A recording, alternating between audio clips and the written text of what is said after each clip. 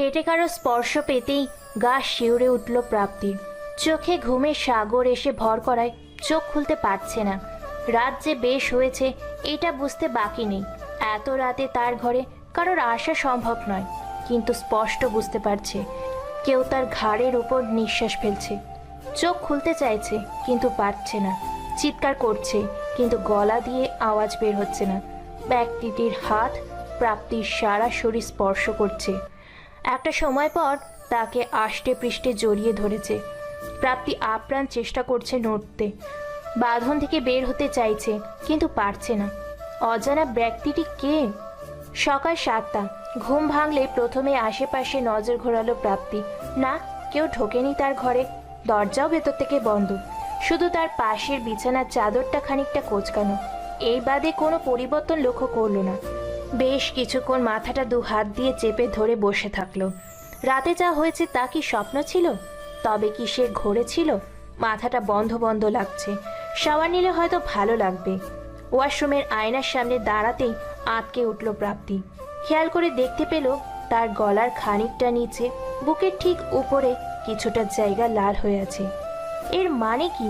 ভয়ে হাত পা জমে গিয়েছে। বাস্তব এবং স্বপ্নের ভেতরে নিজেকে যেন আটকে ফেলেছে প্রাপ্তি। কিছুতেই বের হতে পারছে না। এ নিয়ে এই সপ্তাহে 3 বার হলো। শাওয়ার নেওয়ার পরও মনকে শান্ত করতে পারছে না কিছুতেই। ঘড়ির দিকে তাকাতেই দেখতে পেল ঘড়ির বড় কাঁটাটা 8টার ঘরে বসে আছে। 8টা বেজে গেছে। আবরারের খাওয়ার সময় হয়ে এসেছে। তার সামনে যেতে না পারলেও লোকটাকে প্রতিদিন নিজের হাতে খাবার বানিয়ে খাওয়ায় প্রাপ্তি। শিকদার বিলায় আজ 3 মাস হয়েছে বিয়ে হয়ে এসেছে সে। ছোটবেলায় বাবা মাকে হারিয়ে চাচার বাড়িতে মানুষ হয়েছে। 18 বছর হতে না হতেই চাচা চাচির ঘরে যেন বোঝা হয়ে গিয়েছিল। এই শিকদার বাড়ির বড় ছেলে আবরার শিকদারের সাথে তার বিয়ে হয় 3 মাস আগে। আবরার যেন নামেই প্রাপ্তির স্বামী। এ পর্যন্ত প্রাপ্তি তাকে দেখেনি, কারণ সে বরাবরই অসুস্থ থাকে। প্রাপ্তি যতটুকু শুনেছে, একবার তার অনেক ভয়াবহ একটি অ্যাক্সিডেন্ট হয়। অ্যাক্সিডেন্টের পর থেকেই আবরার আর হাঁটতে পারেনি। তার শরীরের বেশ খানিকটা অংশ এবং মুখের বেশ খানিকটা অংশ পুড়ে গেছে। বাসরাতে প্রথম প্রাপ্তির সামনে এসেছিল সে। সেই দিন ঝড় বৃষ্টির রাত ছিল। খুব জোরে জোরে আকাশ ডাকছিল, বিদ্যুৎ চমকাচ্ছিল। এমনিতেই বিদ্যুৎ চমকালে প্রাপ্তি ভয় লাগে। প্রচণ্ড গা ছমছম করছিল তার। তাই হুট করে আবরারকে দেখে ভয়ে চিৎকার করে উঠেছিল। তারপর থেকে প্রাপ্তির সামনে আসেনি আবরার। প্রাপ্তি তাকে ভালোভাবে দেখেও নি। বারবার ক্ষমা চেয়েছে, কিন্তু তাতে তার রাগ পড়েনি। যখনই প্রাপ্তির সাথে কথা বলে রুমের লাইট অফ করে তারপর কথা বলে, যাতে প্রাপ্তি তাকে না দেখতে পায়। এত কিছু জানা সত্ত্বেও প্রাপ্তি এই বিয়েতে রাজি হয় না। রাজি হতে বাধ্য হয়। চাচার ব্যবসা ভালো চলছিল না, প্রচুর টাকার প্রয়োজন ছিল। উপরে প্রাপ্তি যেন তাদের কাছে বোঝা হয়ে গিয়েছিল। তাই এই বাড়ির ছোট ছেলে অয়ন শিকদার মোটা অঙ্কের টাকা দিয়ে প্রাপ্তিকে নিজের ভাইয়ের দেখভালের জন্য কিনে নিয়েছে। ভদ্র ভাষায় তার ভাইয়ের সাথে বিয়ে করতে বাধ্য করেছে। এই বাড়িতে শুধু এই 2 ভাই আর অনেক কাজের মানুষ রয়েছে। প্রাপ্তি যতটুকু শুনেছে, আবরারের মা বাবা খুব ছোটবেলায় মারা যায়। আরেকটি ভাইও আছে, কিন্তু সে এখানে থাকে না। এই পরিবারের সবকিছুই প্রাপ্তির অদ্ভুত লাগে। মনে হয় হাজারো রহস্য ঘিরে রয়েছে এই বাড়ির আনাচে কানাচে। প্রাপ্তির হাতের ভুনা খিচুড়ি আবরারের খুবই প্রিয়। আজ শুক্রবার, তাই প্রাপ্তি ঠিক করেছে সে খিচুড়ি রান্না করবে। রান্নাঘরে 3-4টে কাজের লোক আছে। বড়লোক হওয়ার এটাই উপায়, নিজেদের কিছুই করতে হয় না। কিন্তু প্রাপ্তির এই বিলাসিতা পছন্দ নয়, তাই নিজের হাতে সব করতে পছন্দ করে সে। রান্নার মাঝে মনে হতে লাগলো কেউ যেন ঘাড়ের উপর গরম নিঃশ্বাস ফেলছে। আচমকা এমনটা হওয়ায় ঘাবড়ে পেছনের দিকে সরে যায় প্রাপ্তি। পেছনে তাকিয়ে যা দেখলো তাতে আরো ভয়ে জমে গেল সে।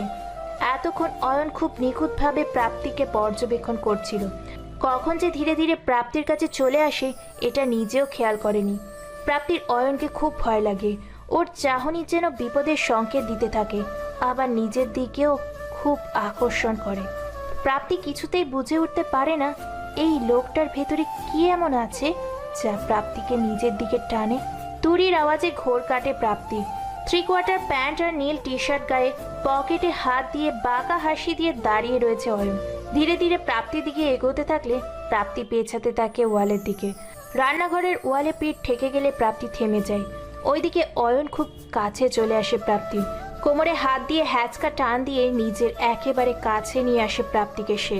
ভয়ে প্রাপ্তির চোখ বন্ধ হয়ে আসে, মনে একটা ধুকপুকানি লেগে আসে, ঠিক ভুলের মাত্রা হারিয়ে ফেলে। কানের কাছে মুখ লাগিয়ে অয়ন বলতে থাকে, এভাবে পেট দেখে চললে কি পুরুষের মন জয় করা যায়? কে বলবে? তোমার স্বামী। মানে আমার ভাই অসুস্থ। তুমি কি ভাবো আমি বুঝি না? সকাল সকাল এত রোগ দেখিয়ে কাকে বশ করতে চাইছো? তোমার মতো মেয়েরা যদি ন্যাংটা হয়ে আমার সামনে হেঁটে বেড়ায়, তাতে এই বয়সিকদার পড়বে না। বলেই এক ধাক্কা দিয়ে রান্নাঘর থেকে বেরিয়ে গেল অয়ন। অয়নের এই খারাপ ব্যবহারগুলো একেবারে নিতে পারে না প্রাপ্তি। কি এমন পাকা ধারে মই দিয়েছে তার? সব কিছুতে শুধু কিভাবে প্রাপ্তিকে নিচু দেখাবে সেটাই যেন একমাত্র কাজ অয়নের। প্রাপ্তির চোখে থেকে টপ টপ করে পানি পড়ছে, নিজেকে শান্ত করতে চাইছে কিন্তু হয়ে উঠছে না। আজ হয়তো বাবা মা বেঁচে থাকলে এগুলো হয়তো তাকে সহ্য করতে হতো না। অপরদিকে আবরারের রুমে বসে আছে অয়ন। অক্সিজেন লাগানো অবস্থায় শুয়ে রয়েছে আবরার। দিন 5 শরীরের অবস্থা ভালো নেই তার। ডাক্তার ইব্রাহিম হক বলেই দিয়েছে আবরারের বেঁচে থাকার ইচ্ছেটুকু নেই। এ কারণেই তার রিকভারির চান্স খুব কম। আবরারের ডান হাতটা নিজের হাতের মুঠোয় নিয়ে চোখের পানি ফেলে দিল অয়ন। ভাই তুমি কবে সুস্থ হবে? তুমি কি সত্যি সেরে উঠবে না? আর যাদের জন্য তোমার এই হাল, আমি তাদের নাকানি চোবানি খাইয়েছি, এখন মৃত্যুর অপেক্ষা করছে কেবল তারা।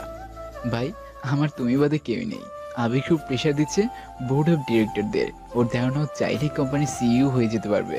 আমি তা কিছুতেই হতে দিব না। যেটা তোমার সেটা তোমারই থাকবে। আর শিকদার পরিবারের সামনের উত্তরাধিকার যাতে দ্রুত আসে, আমি সেই ব্যবস্থাই করছি। অয়ন বাবা, মেয়েটা তো সত্যিটা জানেই না। শিকদার বাড়ির বিশ্বস্ত লোকমান কথাটা বলতেই অয়নের চোখ মুখ কুঁচকে যায়। রাগে মাথার রগ ফুলে উঠেছে। কঠিন গলায় বলে, ওই 2 টাকার মেয়ের সত্যিটা জানার প্রয়োজন নেই। ওর কাজ আমাদের উত্তরাধিকার দেওয়ার। যতদিন ভাইয়ের সুস্থতা প্রমাণ না হবে ততদিন মেয়ের এই বাড়িতেই থাকতে হবে। কিন্তু ও তো একটা বাচ্চা জন্ম দেওয়ার টোল মাত্র। আপাতত অনেক কিছুই সামলাতে হবে। ওই টাকার লোভী মেয়েটাকে নিয়ে না ভাবলেও চলবে লোকমান কাকা। দরজায় কড়া নাড়ার আওয়াজেই অয়ন চুপ করে যায়। বাইরে প্রাপ্তি দাঁড়ানো, হাতে সকালের নাস্তা। শুনছেন, আমি আপনার খাবার এনেছি। আপনার যা যা পছন্দ সব বানিয়ে এনেছি, শুনছেন? প্রাপ্তির কথা শুনে লোকমান কাকাকে ইশারা করে অয়ন। দ্রুত লোকমান কাকা দরজাটা খুলে খাবারগুলো নিয়ে দরজা দিয়ে দেয়। প্রাপ্তিকে কোনো কথা বলার সুযোগটুকুও দেয় না লোকমান কাকা। দরজার দিকে কিছুক্ষণ চেয়ে থেকে নিজের রুমে চলে যায় প্রাপ্তি। এটাই তার নাসিব। তার ভাগ্যে হয়তো সুখটা থাকে না। রাত 10টা, প্রাপ্তি বিছানা করে শুয়ে পড়েছে। সারাদিন অয়ন কিংবা আবরারের সাথে কথা হয়নি, একা একা রুমেই কাটিয়েছে। দরজাটা আটকে লাইট অফ করে শুয়ে পড়ে প্রাপ্তি। এবারই রহস্যগুলো মাথায় যেন একেবারেই ঢোকে না। প্রাপ্তির মাঝে মাঝে পালিয়ে যেতে মন চায়, কিন্তু যাওয়ারও জায়গা নেই। এখানে তবুও আরামে আছে। চাচার বাড়ি গেলে চাচির মার সহ্য করার থেকে ঢের ভালো। ভাবতে ভাবতে ঘুমের জগতে পাড়ি দেয় প্রাপ্তি। মাঝরাতে আবার কারোর উপস্থিতি অনুভব করতে লাগে প্রাপ্তি। কেউ তার গলায় স্পর্শ করছে। গরম নিঃশ্বাস যেন বুকের ভেতরটা পুড়িয়ে দিচ্ছে। খুব করে চাচ্ছে যেন চোখটা খুলতে পারে, কিন্তু কিছুতেই তার সম্ভব হচ্ছে না। অচেনা ব্যক্তিটি যখন পাজামায় হাত দিতে নিয়েছে, অমনি প্রাপ্তি নিজের সর্বোচ্চ শক্তি দিয়ে ব্যক্তিটিকে একটি ধাক্কা দেয়। লোকটি নিজেকে সামলাতে না পেরে মেঝেতে পড়ে যায়। ঝমঝম করে কাঁচ ভাঙার শব্দ শুনতে পেল প্রাপ্তি। এখনো ঘোরের মধ্যে রয়েছে সে, চোখে অন্ধকার দেখছে। বাস্তবতা আর স্বপ্নের মধ্যে নিজেকে আলাদা করতে পারছে না। খুব কষ্টে হাতে ভর দিয়ে উঠে বসে প্রাপ্তি। ভয় করছে খুব তার। এই লোকটি কি চায়, কেন তাকে এভাবে মলেস্ট করছে? তাই সব তার কল্পনা না। নিজেকে আর ধরে রাখতে পারল না সে। বিছানাতেই মাথা ঘুরে পড়ে গেল প্রাপ্তি। সকাল 9টা, ডাইনিং টেবিলে অয়ন আর প্রাপ্তি মুখোমুখি বসা। কাল রাতের ঘটনাগুলো বারবার নিজেকে ভাবতে বাধ্য করছে প্রাপ্তিকে। রাতে কাঁচ ভাঙার শব্দ পেলেও সকালে কোনো কাঁচের টুকরো তো দূরে থাক, কিছুর অস্তিত্ব পায়নি। তবে কি ধীরে ধীরে পাগল হয়ে যাচ্ছে সে, নাকি আসলেই কেউ তাকে পাগল করার অদম্য চেষ্টা করে যাচ্ছে? অয়ন মিটিমিটি হাসছে আর নাস্তা করছে। প্রাপ্তির গলা দিয়ে যেন খাবার নামছে না। সত্যমিত্রার আড়ালে গুমড়ে গুমড়ে থাকছে সে। প্রাপ্তির অবস্থা দেখে মনে মনে বলতে লাগলো, আজ যাদের জন্য আমার ভাইয়ের এই হাল, তাদের সুদে আসলে ফেরত দিব। ওই তুইও বাদ যাবি না। তোর মতো লোভী মেয়েদের কিভাবে শাস্তি দিতে হয় খুব ভালো করে জানা আছে। প্রাপ্তিকে খাবার নিয়ে নাড়াচাড়া করতে দেখে অয়ন টিটকারি সুরে বলে, আগে তো শুনেছি পচা গলা খাবার খাওয়া হতো, এই দামে এই খাবার বুঝি গলা দিয়ে নামছে না। বলে না কুকুরের পেটে ঘি সয় না, এখন তো দেখছি ভিখারিদের ক্ষেত্রেও তাই প্রযোজ্য। এবার নিজেকে আর আটকে রাখতে পারল না প্রাপ্তি। চোখ জ্বলছে, এখনই যেন অশ্রুধারাগুলো চোখকে মুক্ত করে ঝরে পড়বে। চিৎকার করে বলতে লাগলো, হ্যাঁ ভিখারি তো, আমি ভিখারি। সব জেনে শুনে কেন এই ভিখারিকেই নিজের ভাইয়ের জন্য পছন্দ করতে গেলেন? কেন আনলেন এই বাড়িতে? যদি আমাকে আপনার ভালো নাই লাগে তাহলে কেন আমার সামনে আসেন বলেন? আর আমি তো আপনার কেউ না, আমি ভিখারি না বড়লোক, তাতে কি আসে যায় আপনার? আর একটা কথা মাথায় ঢুকিয়ে নিন, আমি ভিখারি বলেই একটা পঙ্গু মানুষকে বিয়ে করতে রাজি হয়েছি। পারলে আনন্দ কোনো বড়লোক খুঁজে দেখি সে আপনার ভাইকে বিয়ে করে কিনা। কথাটা শুনতেই অয়নের মুখের ভাব বদলে গিয়েছে, মুখ শক্ত হয়ে গিয়েছে। তড়িৎ গতিতে এসে প্রাপ্তির গলা চেপে ধরে সে। অয়নের চোখে মুখে পশুত্ব যেন ফুটে উঠেছে। এক পর্যায়ে প্রাপ্তির দম বন্ধ হয়ে আসার জোগাড়। বাড়ির সব কাজের লোকগুলো দৌড়ে এসে অয়নের হাত থেকে প্রাপ্তিকে ছাড়ায়। আর কিছু সময় গেলে হয়তো ওখানেই দম বন্ধ হয়ে আটকে মারা যেত প্রাপ্তি। অয়ন ছাড়ার পর কিছুক্ষণ বড় বড় শ্বাস নেয় প্রাপ্তি। একটা কাজের মেয়ে দ্রুত পানির গ্লাস এগিয়ে দেয় তাকে। এখনো প্রাপ্তির গা কাঁপছে, শ্বাস নিতে কষ্ট হচ্ছে। অয়নের অগ্নিদৃষ্টি এখনো শান্ত হয়নি। রাগের বশে দেওয়ালে কিছুক্ষণ ঘুষি মেরে বাড়ি থেকে বেরিয়ে যায়। সন্ধ্যা 7টা। প্রাপ্তি আজ সারাদিনই কিছু খায়নি। এবারে খাওয়া যেন বিষ লাগে। পানিটুকু খেয়ে দিন কেটেছে তার। বারংবার অয়নের কথাগুলো মনে করে চোখ থেকে পানি পড়ছে। অয়নের প্রতি ঘৃণাটা যেন আরও বেড়ে গিয়েছে। নিজের ব্যাগ থেকে বাবা মার ছবিটা বের করে বিলাপ করে কাঁদতে লাগলো প্রাপ্তি। আমি কি অপদার্থ মা? কেন আমায় ছেড়ে চলে গেলে? কি অপরাধ ছিল আমার? আচ্ছা, আমি কি জীবনে সুখ পাবো না?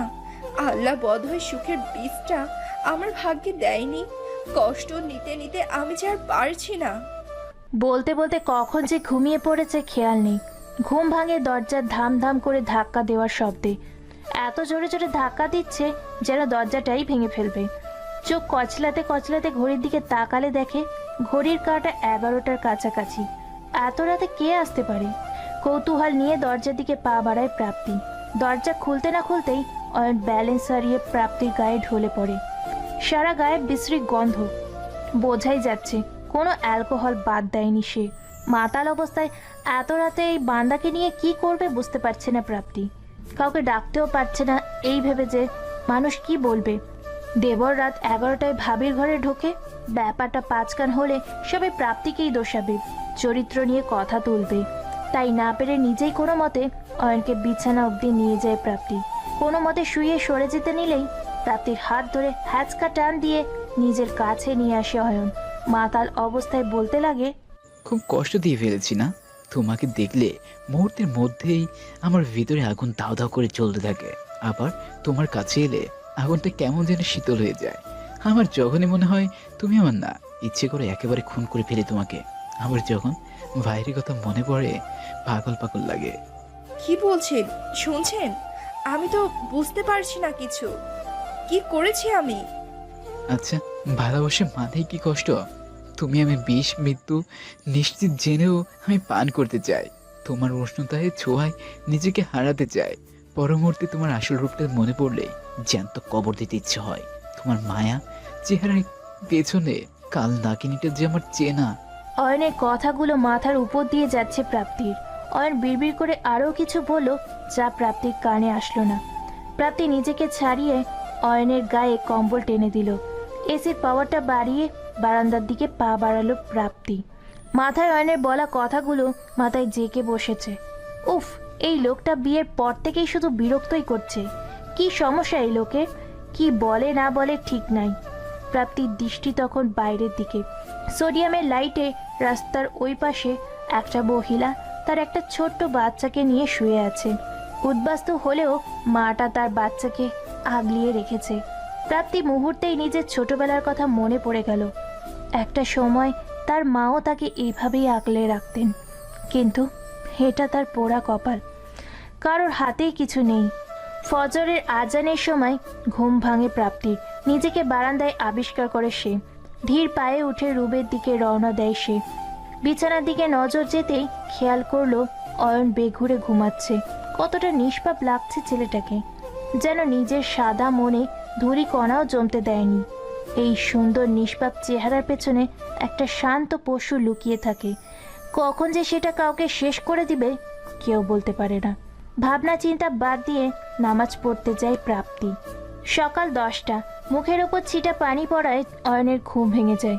চোখ খুলতেই দেখতে পায় এক রমণী, পরনে বেগুনি শাড়ি, খুব নিপুণভাবে নিজের চুল মুছে যাচ্ছে। সকালে স্নিগ্ধতায় যেন চুয়ে চুয়ে পড়ছে। রমণীটা আর কেউ না, প্রাপ্তি। এক মুহূর্তের জন্য মনে হচ্ছিল তারা স্বামী স্ত্রী। প্রতিদিন সকালটা যদি এইভাবেই শুরু হতো। অজান্তেই ঠোঁটে একটা মুচকি হাসি চলে এসেছে অয়নের। সুখের মুহূর্তটা দীর্ঘস্থায়ী হতে পারল না। ফোনের শব্দে ঘোর কাটে অয়নের। রিসিভ করতেই অপর পাশ থেকে কানে আসে, যা করার দ্রুত করতে হবে। মুহূর্তেই অয়নের মুখ শক্ত হয়ে ওঠে। ফোনের স্ক্রিনে নিজের আর আবরারের ছবি আলোকিত হতেই নিজের ভেতরের আশার কুড়িগুলোকে মেরে ফেলল অয়ন। নিজের মনেই নিজেই বলতে লাগে, ভাইয়ের আজকের পরিণতির জন্য ও দায়ী। ওর সম্মান নষ্ট করা আমার একমাত্র উদ্দেশ্য। এক তীরে দুই পাখি মারাটাই আমার কাজ। আজ যেমন ভাই বাচ্চার কোনো আশা খুঁজেই পাচ্ছে না, এই কালনাগিনের জীবনে এমন দিন আনাই আমার লক্ষ্য। প্রাপ্তি তুরির আওয়াজে ঘোর কাটে অয়নের। শুনছেন? কখন থেকে ডাকছি। উঠে যখন গেছেনই এখন নিজের ঘরে চলে যান। আমি চাই না এই বাড়িতে আমাদের নিয়ে আর কোনো বাজে কথা উঠুক। যদি এতই নিজের রেপুটেশন নিয়ে চিন্তা করতে, তাহলে ঘরে ঢোকানো হলোই বা কেন, আর আমাকে রাগা হলোই বা কেন? লোকমান কাকাকে বললেই হতো। সত্যি বলে কি শরীরের চাহিদা মেটাতে হবে? তো এসব মেয়ে নিজের স্বার্থের জন্য কত নিচে নামতে পারে আমার ভালো করে জানা আছে। বলেই গটগট করে রুম থেকে বেরিয়ে গেল অয়ন। নিজের চোখে নিজেকে আরো ছোট মনে হচ্ছে প্রাপ্তির। সত্যিই তো, নিজেকে টাকার জন্য বিলিয়ে দিয়েছে সে। নয়তো এত অপমানের পরেও কেন এই শিকদার বাড়িতে পড়ে রয়েছে? অয়নের বিকট চিৎকার শোনা যাচ্ছে বাইরে। রুমে থেকে বের হতেই দেখে সবাই ছোটাছুটি করছে। ডাক্তার ডাকা হয়েছে। সবাইকে ব্যস্ত দেখে কলেজে কামড় পড়ে প্রাপ্তির। আবরারে কিছু হয়নি তো?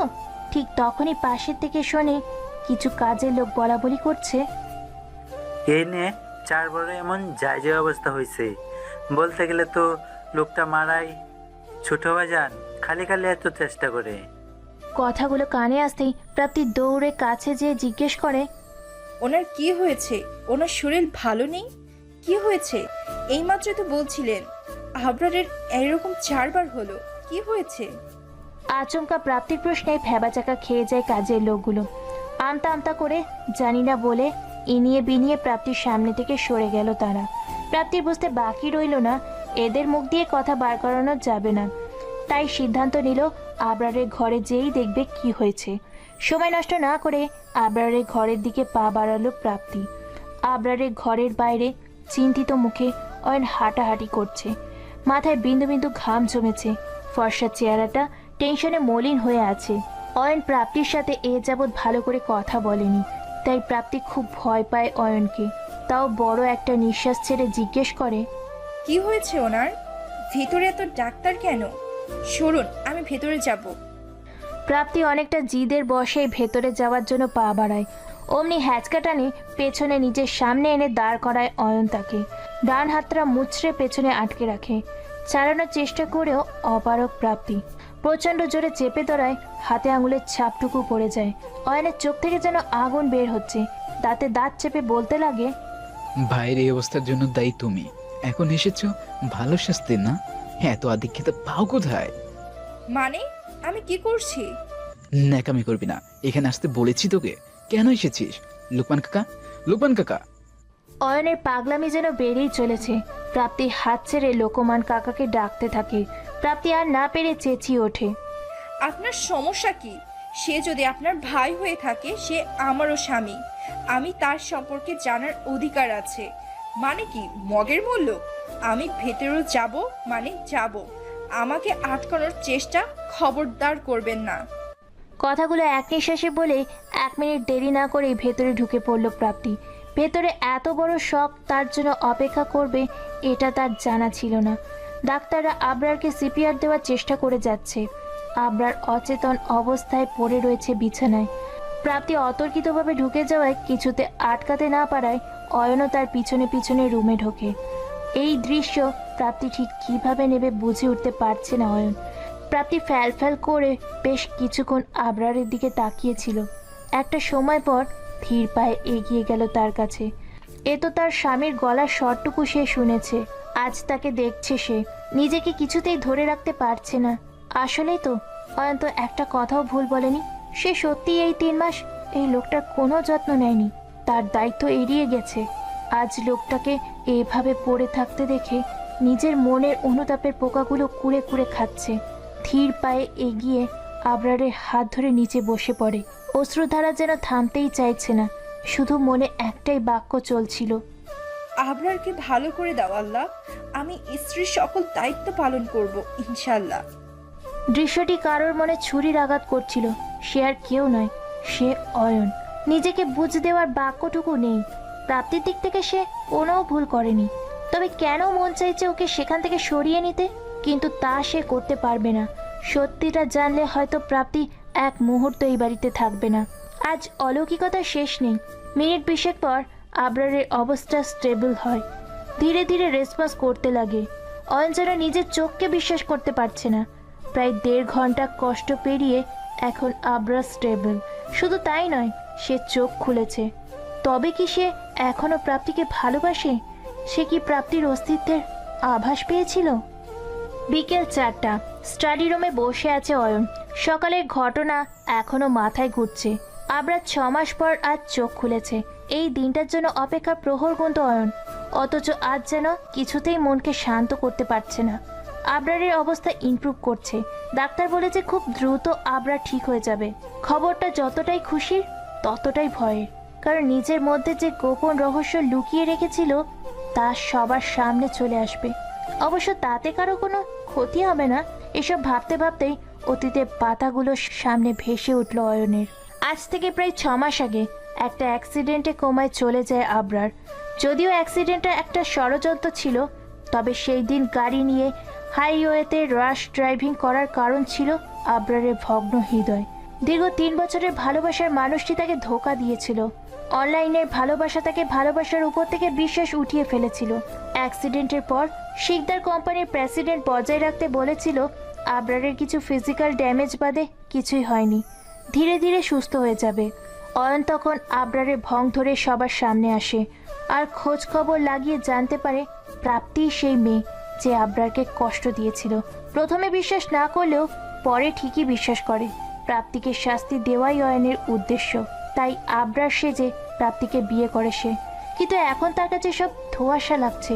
যদিও বিয়েটা তার কাছে কোনো মূল্য নেই, তবুও বুকে চিনচিনে ব্যথা রয়েই গেছে। নিজেকে শান্ত করতে না পেরে রান্নাঘরের দিকে পা বাড়ায় অয়ন। রান্নাঘরে আবরারের জন্য স্যুপ বানাচ্ছিল প্রাপ্তি। এক মুহূর্তের জন্য মনে হচ্ছিল দৌড়ে প্রাপ্তিকে জড়িয়ে ধরতে পারলে হয়তো শান্তি লাগতো তার। ধীরে ধীরে প্রাপ্তির দিকে এগিয়ে যেতে থাকলে কি মনে করে নিজেই থেমে যায়। মস্তিষ্ক আর মনের যুদ্ধে আহত সৈনিকের ন্যায় ঠায় দাঁড়িয়ে থাকে অয়ন। স্তূপ বানিয়ে পেছনে ফিরতেই খানিকটা ভয় পেয়ে যায় প্রাপ্তি। অয়ন মাথা নিচু করে দাঁড়িয়ে আছে। সে ভাই, নিজের বড় ভাই, এর জন্য জীবনটাও বাজি রাখতে পারে, অথচ আজ পরাজিত সৈনিকের মতো দাঁড়িয়ে আছে, যেখানে আবরারের অবস্থা ভালোর দিকে। প্রাপ্তির কথায় মাথা তুলে বেশ কিছুক্ষণ তার চোখের দিকে তাকিয়ে থাকে অয়ন। আজ অয়নের চোখে কোনো ক্ষোভ দেখতে পাচ্ছে না প্রাপ্তি, বরং কিছু চাপা কষ্ট বুকের মাঝে আগলে রাখার প্রমাণ দিচ্ছে এই চোখ জোড়া। প্রাপ্তি অয়নের কাছ থেকে কোনো উত্তর না পেয়েই আবার জিজ্ঞেস করে, কি হয়েছে আপনার, কিছু লাগবে? প্রাপ্তির প্রশ্নের উত্তর না দিয়ে আচমকায় তাকে জড়িয়ে ধরল অয়ন, যেন ছেড়ে দিলেই হারিয়ে যাবে। অয়নের পাগলামি আগেও দেখেছে প্রাপ্তি। এই বান্দার যে কাজের কোনো ঠিক ঠিকানা নেই খুব ভালো করেই জানা তার, তাই শান্তভাবে নিজেকে ছাড়ানোর চেষ্টা করতে লাগলো সে। অয়ন বেশ কিছুক্ষণ জড়িয়ে ধরে একটাই কথা বলল, নিজেকে পরাজিত লাগছে। মন আর মস্তিষ্কের যুদ্ধে আমি আজ পরাজিত। বলেই প্রাপ্তিকে ছেড়ে দিয়ে বাড়ি থেকে বেরিয়ে গেল। প্রাপ্তি কিছুক্ষণ বোকার মতো অয়নের যাবার দিকে তাকিয়েছিল। এই লোকটা কখন কি করে, কেন করে, তার কোনো ঠিক ঠিকানা নেই। ভেবে মাথার 12টা বাজবে, এছাড়া লাভের লাভ কিছুই হবে না। প্রাপ্তি স্যুপ নিয়ে আবরারের রুমে প্রবেশ করলো। আবরারকে এখন নল দিয়েই খাবার দেওয়া হবে, মুখ দিয়ে খেতে সময় লাগবে। এখনো সে কোনো কথা বলেনি, শুধু তাকিয়েছে, তবে রেসপন্স করেছে। ঘুমের ওষুধ দিয়ে ঘুম পাড়িয়ে রেখেছে তাকে। কি এমন হয়েছিল যে এত খারাপের দিকে চলে গেল, বুঝতে পারছে না প্রাপ্তি। আবরারের মুখের দিকে বেশ কিছুক্ষণ তাকিয়ে রইল সে। খুব শান্ত লাগছে তাকে। মুখের বাঁ পাশটা পুড়ে গেছে অ্যাক্সিডেন্টে। যতদূর শুনেছিল আবরারের 60% শরীরই পুড়ে গিয়েছিল। এ যাবৎ 4 বার সার্জারি হয়েছে। এটা প্রাপ্তিকে জানানো যে হয়েছিল তা কিন্তু নয়। এ বাড়ির কাজের লোকদের কানাঘুষোতে সে জানতে পারে। এজন্য হয়তো বাসর রাতের দিন এতটা ভয় পেয়েছিল। আবরারের অবস্থা ভালো হলে ইউএস এর ক্যালিফোর্নিয়াতে পাঠিয়ে দেবে অয়ন তাকে। প্রাপ্তির এসব কিছুই জানা নেই, জানার সুযোগও সে কখনো পায়নি, আর চেষ্টাও করেনি। আজ নিজেকে বড্ড অপরাধী লাগছে। এই লোকটার দেখভাল তার দায়িত্ব ছিল, অথচ সে কিছুই করেনি। এসব ভাবতে ভাবতে আবরারের পাশে ঠায় বসে থাকে সে। রাত 8টা, স্থান জার্মান ক্লাব গুলশান। একের পর এক উইস্কির বোতল শেষ করে যাচ্ছে অয়ন। মনকে শান্ত করা দুষ্কর হয়ে পড়েছে। এমনটা হোক, এটা তো এতদিন দোয়া করত, তবে আজ কি হলো? নিজের আবেগগুলো কেন আজ বেসামাল হয়ে পড়ছে? তবে কি ভেতরে থাকা বরফ কঠিন হৃদয় উষ্ণতার আভা পেয়েছে? তার কাঠিন্য হৃদয়ে কি তবে অনুভূতির বীজ রোপিত হয়েছে? লিভারটা তো খেয়ে ফেলবি রে এভাবে মদ খেলে, আর কত খাবে? পাশে বসতে বসতে স্বামী বলে ওঠে। স্বামী অয়নের খুব বিশ্বস্ত বন্ধুদের একজন। অয়নের A to Z সব খবর স্বামীর জানা। আজ অয়ন মুখে কিছু না বললেও স্বামী খুব ভালো করেই জানে অয়নের মন যে খারাপ, এবং সে নিজের সাথে নিজেই যুদ্ধ করে চলেছে। মদের গ্লাসে চুমুক দিতে দিতে বলে ওঠে, ভাই এখন ওই মেয়েকে ভালোবাসে। ও তো তো মানে ওই মেয়েটা তো আমার। তোর কি বউ? ওটা তো শুধু কাগজে। আর মেয়েটাও জানে সে আবরার ভাইয়ের বউ। আর তুই তো ওকে অন্য একটা কারণে বিয়ে করেছিলি। নাকি এখন তোর লক্ষ্য বদলে দিয়েছিস? নাকি তুই এখনো মেয়েটাকে ভালোবাসিস? কি যাতা বলছিস? আমি কিছুই বলছি না, তোর মনের খবর তো তুই জানবি। আমি তো যা দেখতে পাইছি তাই বলছি। তোর আজ খুশি হবার কথা, অথচ তুই আজ মদ খেয়ে নিজের কষ্টটাকে লুকাচ্ছিস। কেন কষ্ট হচ্ছে? এই জন্য না যে ভাই যদি জানে তোর ভালোবাসা তুই বিয়ে করেছিলি তখন তোকে ভুল বুঝবে। এই জন্য যে তুই যাকে বিয়ে করেছিলি সে তোর বড় ভাইয়ের ভালোবাসা। তোর ফালতু কথা শোনার বিন্দুমাত্র ইচ্ছে আমার নেই। তাই হ্যাঁ, আমি ওই মেয়েটাকে বিয়ে করেছি, ওর প্রাপ্য শাস্তি তাকে দিতে পারি। তাহলে দে, মানা কে করেছে? ভাই তো ভাই এখনো সুস্থ, তার জন্য কোথাও না কোথাও মেয়েটা কিন্তু দায়ী। আর আমাদের হাতে সময় কিন্তু নেই বললেই চলে। দুর্বলতা খুব খারাপ জিনিস। কারোর প্রতি দুর্বল হয়ে গেলে সে লক্ষ্য থেকে নিজেকে সরিয়ে ফেল, বাকিটা তোর উপর। স্বামীর কথাগুলো যেন অয়নের ঔষধের ন্যায় কাজ করে। সত্যি তো, তার ভাইয়ের এই অবস্থার জন্য প্রাপ্তি দায়ী। প্রাপ্তির তার প্রাপ্য শাস্তি পেতেই হবে। রাত 11টা। আজ কাজের লোকের হাতের খাবার প্রাপ্তি খায়নি, নিজেই রান্না করেছে। রান্না শেষে খেয়ে খাবারগুলো গোছাচ্ছিল। হুট করেই অয়নের কথা মনে পড়ে।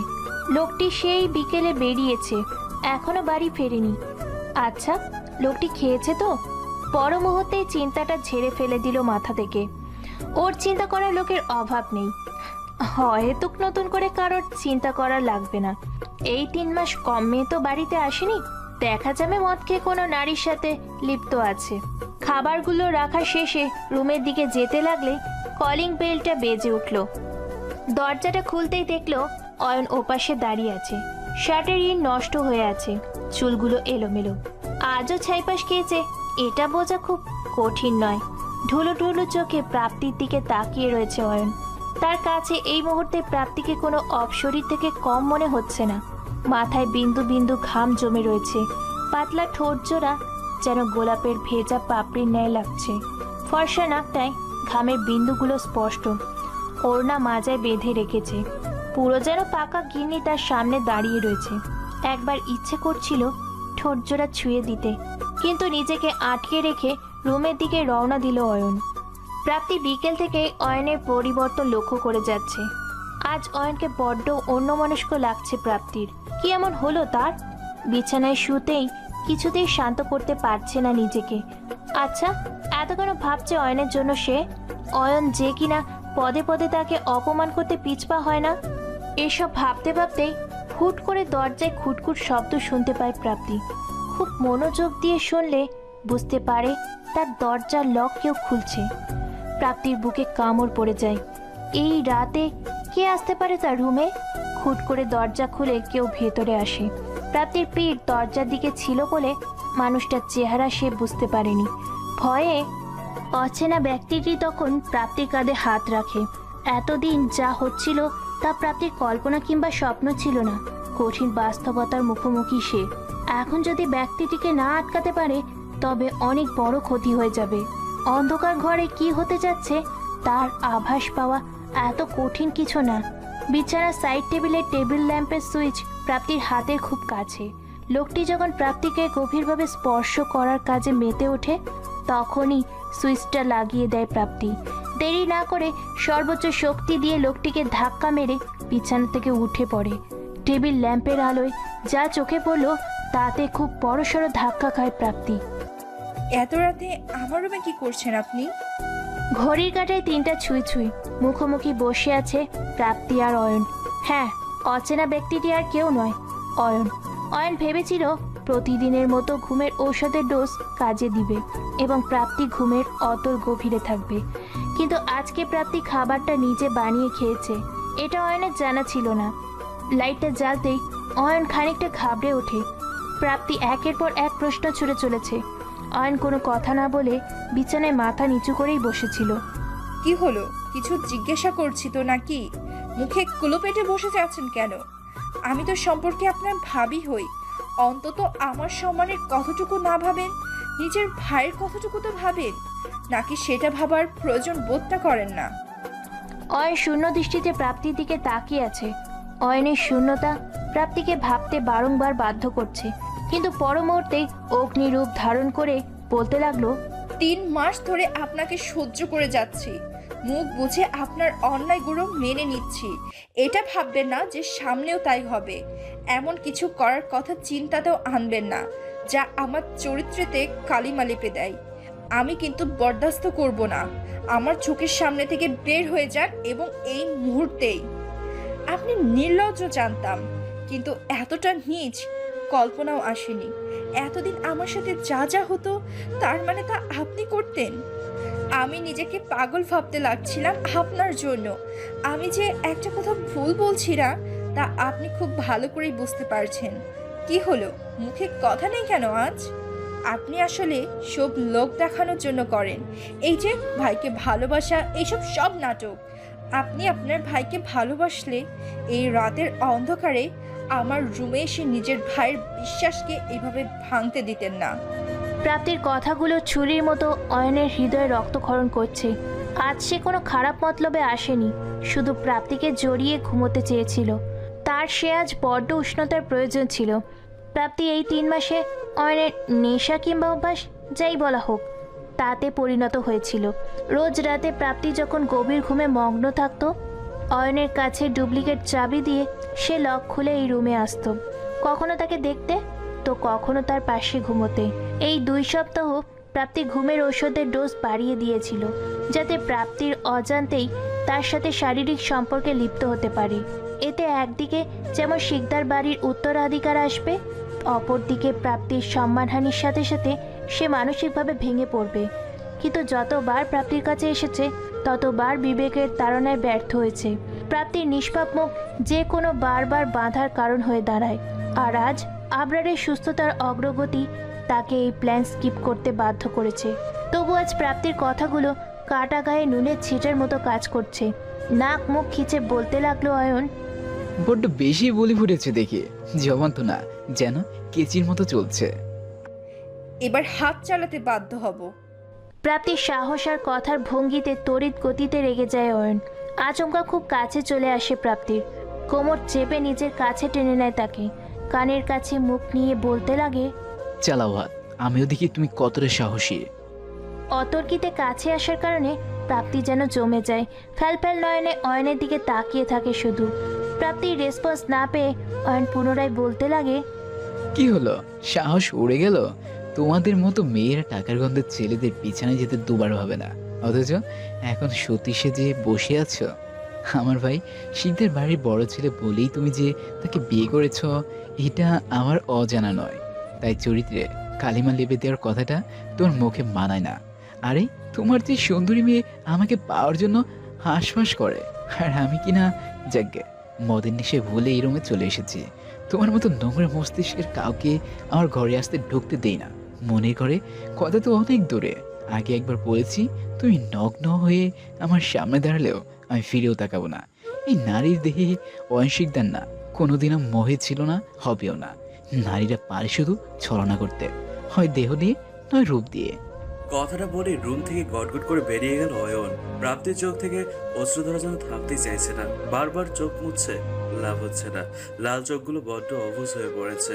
এর আগেও অয়ন তাকে অপমান করেছে, কিন্তু আজ যেন মাথা ছাড়িয়ে গেছিল। এলোটা কি চায়, কি এমন করেছে সে? বারবার তাকে এভাবে হেনস্থা হতে হয়। অজান্তেই আজ পর্যন্ত কাউকে কষ্ট দিয়েছে বলে জানা নেই তার, অথচ বারবার তার অপমানিত হতে হয়। পাশাপাশি দুটো রুমের দেয়ালে হেলান দিয়ে দুটো মানুষের নির্ঘুম রাত্রি যাপন, চোখে ঘুমের রেস্টটুকু পর্যন্ত নেই। একজনের চোখের পানি বাদ মানছে না, তো আরেকজনের সুপ্ত কষ্টগুলো অ্যালকোহল আর নিকোটিনের আড়ালে মাটি চাপা দিচ্ছে। সকাল 8টা, ডাইনিং টেবিলে মুখোমুখি নারী ও পুরুষ। গতকালের ঘটনার পরে এখনো অব্দি তারা কেউ কারোর সাথে কথা বলেনি। সকালে আবরারের রুমে একবার ঢু দিয়েছিল। লোকমান কাকা জানিয়েছেন উনি ঘুমোচ্ছে, তাই প্রাপ্তি কথা বাড়েনি। ডাইনিং টেবিলে আসতে না আসতেই অয়নের সাথে দেখা। মুখ খিচিয়ে নাস্তা করতে বসে প্রাপ্তি। অয়নের চোখের নিচের কালি আর লাল চোখ দুটো নির্ঘুম রাত কাটানোর প্রমাণ দিচ্ছে। নাস্তা করার মাঝখানে অয়নের ফোনটা বেজে ওঠে। নামটি দেখে মেজাজ বিগড়ে যায় অয়নের। না যাওয়া সত্ত্বেও ফোন রিসিভ করেছে। ওপাশ থেকে কিছু বলতেই চোখ মুখ শক্ত হয়ে যায় তার। ফোন রাখার পর প্রাপ্তিকে বলে ওঠে, তুমি কাল থেকে ভার্সিটি যাওয়া শুরু করবে। আমি? হ্যাঁ, কেন, কোনো অসুবিধা? না তা নয়, কিন্তু আমি পড়াশোনা ছেড়েছি বছর হবে। ইন্টারের পর আর সুযোগ হয়ে ওঠেনি। সেটা সমস্যা নেই, আমি দেখে নেব। ভাইয়ের বউ মূর্খ হলে তো সমস্যা। আর দাদিমা চাচ্ছিলেন তোমার নামে কিছু শেয়ার লিখে দিবেন। দাদিমা? আমাদের যিনি পেলেছেন তিনি একেবারে চান না ভাইয়ের পজিশন অন্য কারোর হাতে থাক। আমি কালকে এটার ব্যবস্থা করে দিব, রেডি হয়ে থাকা হয় যাতে। ঠিক আছে। তোমার কাকা বেশ কিছুদিন ধরেই তোমাকে দেখতে চাইছিলেন। আমার মনে হয় তোমার যাওয়া উচিত। চাচাবাড়ির কথা শুনে ভয়ে জড়সড় হয়ে ওঠে। প্রাপ্তির এবছর 20 বছর হতে চলেছে। প্রাপ্তির বাবা সোলেমান শেখ ছিলেন খুব নামকরা ব্যবসায়ীদের মধ্যে একজন। শেখ মার্কেটেড অ্যান্ড কোম্পানি এর রমরমা অবস্থা। একদিন শ্রীমেকে নিয়ে চট্টগ্রামে যাচ্ছিলেন। হাইওয়েতে আচমকা একটা ট্রাক সামনে চলে আসে। ব্রেক তৎক্ষণাৎ কাজ না করায় গাড়িটিকে পিষে ফেলে ট্রাক। শেখ সাহেব এবং তার স্ত্রী স্পটেই মারা যায়। অবস্থার প্রতিকূলতার কারণে আগেই শোভা শেখ প্রাপ্তিকে গাড়ি থেকে বাইরে বের করে দেন, যার ফলে আজ প্রাপ্তি জীবিত। সোলাইমান শেখের মৃত্যুর পর তার ছোট ভাই খোকন শেখ তার সবকিছু সম্পত্তি নিজের নামে করিয়ে নেন, কিন্তু ঝামেলা বাঁধে অন্যখানে। সোলাইমান শেখ তার অবর্তমানে সব সম্পত্তি প্রাপ্তির নামে দিয়ে যান এবং প্রাপ্তি 20 বছর হলেই এই অ্যাসেটগুলো তার নামে ট্রান্সফার হবে। এই কারণগুলোর কারণে বাধ্য হয়ে প্রাপ্তি দেখভাল খোকন শেখ করেন, কিন্তু ব্যবসা কিছুতেই অনুকূলে আনতে পারেন না। অসৎ উপায়ে কোনো কিছুতেই বরকত হয় না। শেষমেশ বাধ্য হয়ে তিনি আমরা শিকদারের বিয়ে দিতে রাজি হন টাকা লোভে। প্রাপ্তির ভালো করে জানা আছে কেন তো চাচা তাকে দেখতে চাইছেন, যাতে ছলে বলে কৌশলে বাকি সম্পত্তি হাতিয়ে নিতে পারেন। আমিও বাড়ি যাব না। কেন? তোমার চাচা তো তোমাকে মেয়ের মতনই ভালোবাসেন, তো যেতে না চাওয়ার কারণটা কি? আমি যাব না ব্যাস। অহেতুক জোর কেন করছেন? বলে উঠে চলে যায় প্রাপ্তি। অয়নের খটকা লাগে, কিন্তু কিচ্ছু বলে না। অয়ন নাস্তা করে আবরারের রুমে যায়। আবরার তখন চোখ মেলে শুয়ে আছে। অয়ন আবরারের পাশের চেয়ারটা টেনে বসে। সেখানে আবরারের ক্যানেলা লাগানো হাতটা আলতো করে নিজের হাতে নিয়ে বলে, ভাই তুই ওই মেয়েটাকে খুব ভালোবাসিস তাই না? তাই তো আমার এত ডাকেও তুই সাড়া দিসনি, অথচ ওর কাছে আসতেই তুইও রেসপন্স করতে লাগলি। ভাই আমাকে ক্ষমা করে দিস, একটা ভুল করে ফেলেছি আমি। তবে ভুলটা আদৌ ভুল কিনা সেটাই আমি জানি না। তুই তাড়াতাড়ি সুস্থ হ, অনেক হিসাব মেলার বাকি। এই সময় অয়নের ফোনে কল আসে। মোবাইলের স্ক্রিনের দিকে তাকালে দেখতে পায় অয়নের অ্যাসিস্ট্যান্ট রিয়াদ ফোন করেছে। ফোনটা রিসিভ করতে করতেই বলে, স্যার একটা নিউজ ছিল। বলো কি news? Sir Abir sir board of ডিরেক্টরদের হাত করতে শুরু করেছেন। তাড়াতাড়ি কিছু না করলে সমস্যা হবে। আর ছোট ম্যাডামের ব্যাপারে কিছু বলার ছিল। ছোট ম্যাডামের আইডিটা আবার অ্যাক্টিভ করা হয়েছে এবং আগের মতনই ছেলেদের সাথে ফ্ল্যাট করা হচ্ছে।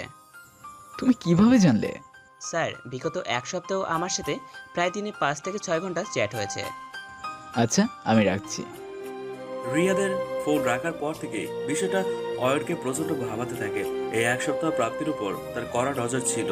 এমনকি প্রাপ্তির নিজস্ব কোনো হ্যান্ডসেট বা ল্যাপটপও নেই। তাহলে আইডি অন হওয়ার প্রশ্নই ওঠে না। কিছু একটা ভেবে আবারও ফোনটা হাতে নেয় অয়ন। ফেসবুকে সার্চ করে প্রাপ্তি শেখ আইডিটা পেয়েও যায়। রিয়াদ মিথ্যে বলেনি, আইডিটায় সবকিছু লক করা। সুতরাং ফ্রেন্ড রিকোয়েস্ট অ্যাকসেপ্ট না করলে কিছুই বোঝা যাবে না। কিছু একটা ভেবে ফ্রেন্ড রিকোয়েস্ট পাঠানো অয়ন। এখন শুধু সময়ের অপেক্ষা। হাতে হাতে প্রমাণ পেলে জ্যান্ত কবর দিতেও পিছপা হবে না অয়ন। কিন্তু কেন জানে মন বলছে প্রাপ্তি হয়তো নির্দোষ। আচ্ছা এমনও কি হতে পারে না যে প্রাপ্তির আইডি অন্য কেউ চালায়? হতেই পারে, কিন্তু সেরা হয়ে থাকলে কে সে যে প্রাপ্তির আইডি দিয়ে ছেলেদের প্রেমের জালে জড়িয়ে হৃদয় ভাঙার মতো অপরাধ করে? আর এতদিন প্রাপ্তিকে বিনা অপরাধের শাস্তি কি তবে অয়ন দিচ্ছিল? না, আর ভাবতে পারছি না, ভাবতে কষ্ট হচ্ছে। সন্ধ্যা 7টা, প্রাপ্তির ভর্তির সকল কাজ করে মাত্র হাত পা ঝাড়া দিল অয়ন। আজ একই সাথে অনেক কাজ হয়েছে, একটু চা খেতে পারলে মন্দ হতো না। লোকমান কাকাকে খবর দিতেই যাচ্ছিল, অমনি দৌড়াতে দৌড়াতে লোকমান কাকা স্টাডি রুমে প্রবেশ করলো। কি হয়েছে, তুমি হাঁপাচ্ছ কেন? বড় বাবা, বড় বাবা। কি হয়েছে ভাই? লোকমান কাকার মুখে আবরারের কথা শুনে প্রচন্ড ভয় পেয়ে যায় অয়ন। লোকমান কাকা খানিকক্ষণ দম নিয়ে বলতে লাগে, বড় বাবা কথা বলছে। কি সত্যি? হ্যাঁ অয়ন বাবা, আমি নিজের কানে শুনেছি। আপনি ডাক্তারকে কল করুন, আমি দেখছি। বলেই আবরারের ঘরে ছুট লাগায় অয়ন। অয়নের যেন বিশ্বাসই হচ্ছে না, সত্যি আবরার কথা বলছে। আবরারের ঘরে প্রবেশ করতেই অয়ন খেয়াল করলো আবরার বিছানায় শুয়ে হাত ইশারা করছে। ধীর পায়ে কাছে যেতেই মৃদু স্বরে বলে ওঠে, অয়ন। আজ 6 মাস পর আবরারের মুখে নিজের নাম শুনে অয়ন নিজেকে আর ধরে রাখতে পারেনি। এই একটাই তো ভাই তার, সে একই সাথে তার বাবা এবং মা। নিজেকে সামলিয়ে আবরারের পাশে বসলো সে। আবরার শুধু মুচকি এসে অয়নের দিকে তাকিয়ে আছে। অয়নের চোখ ছলছল করছে, এখনই যেন অশ্রুধারা চোখগুলোকে মুক্ত করে ঝরে পড়বে। নিজেকে সামলিয়ে বলে ওঠে, আজ আমি পৃথিবীর সবচেয়ে সুখী মানুষ।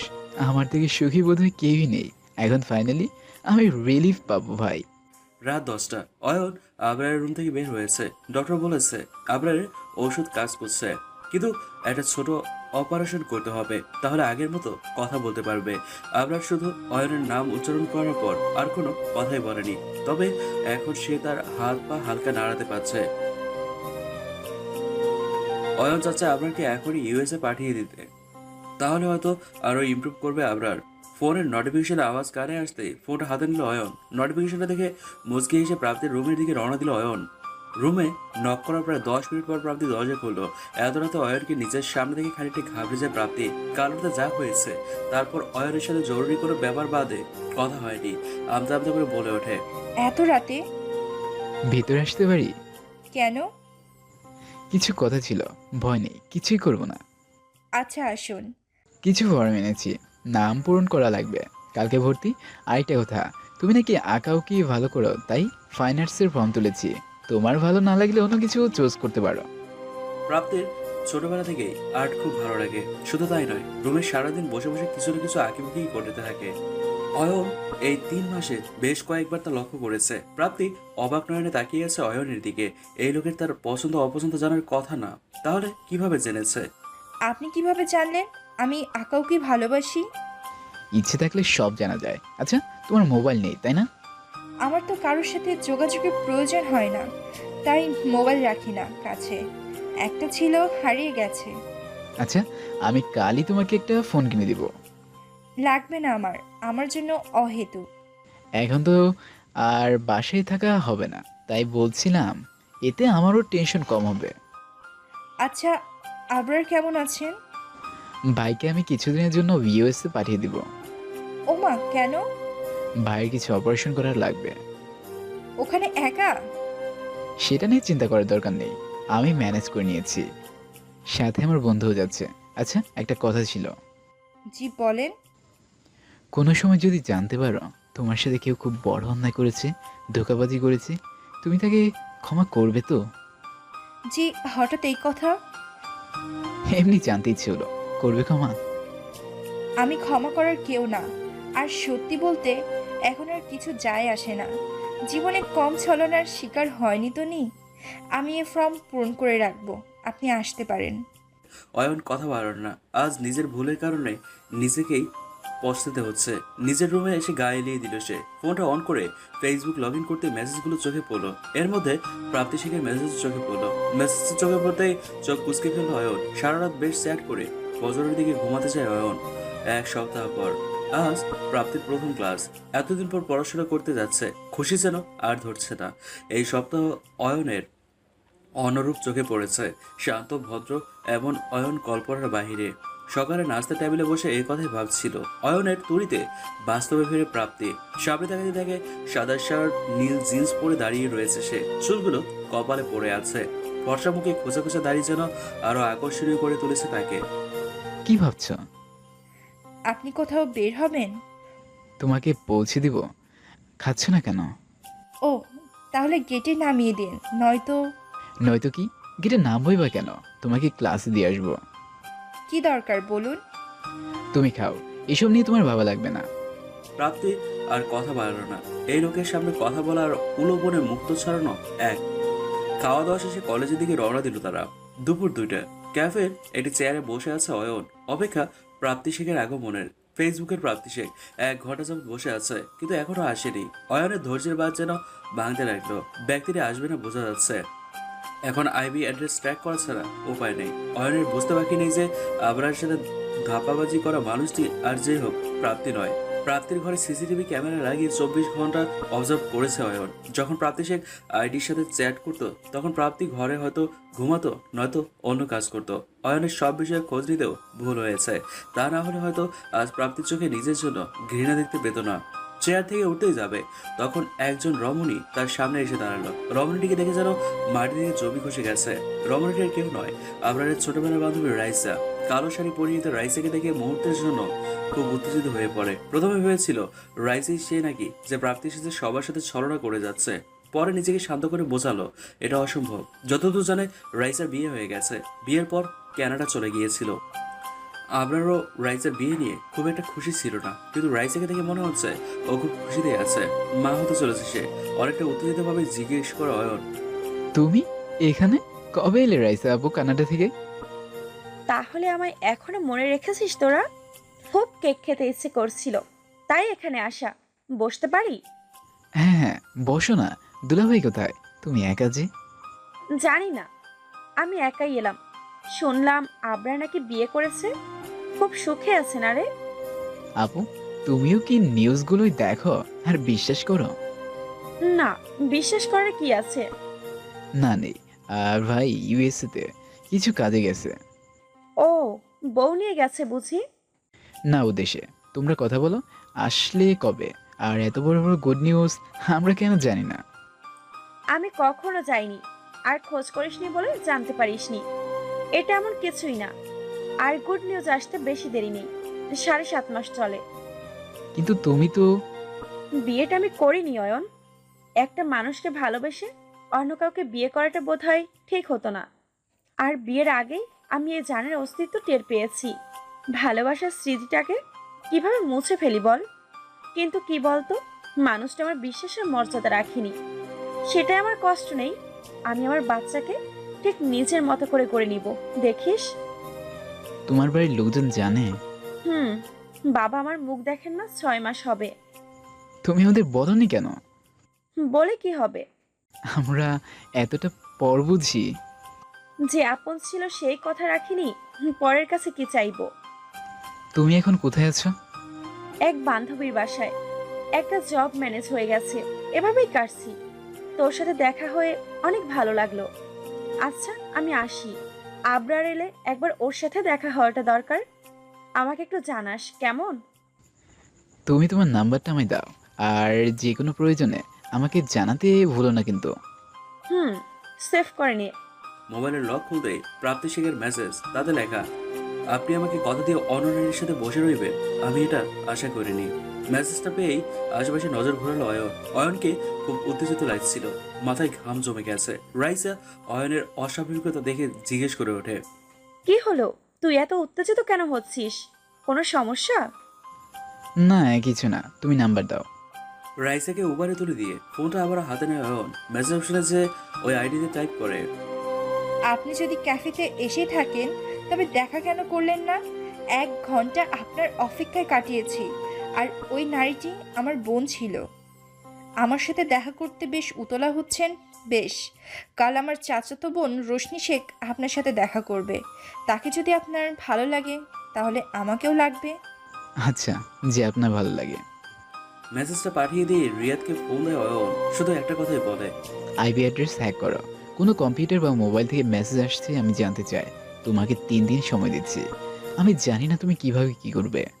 ফোনটা রেখে কলেজের উদ্দেশ্যে রওনা দেয় অয়ন।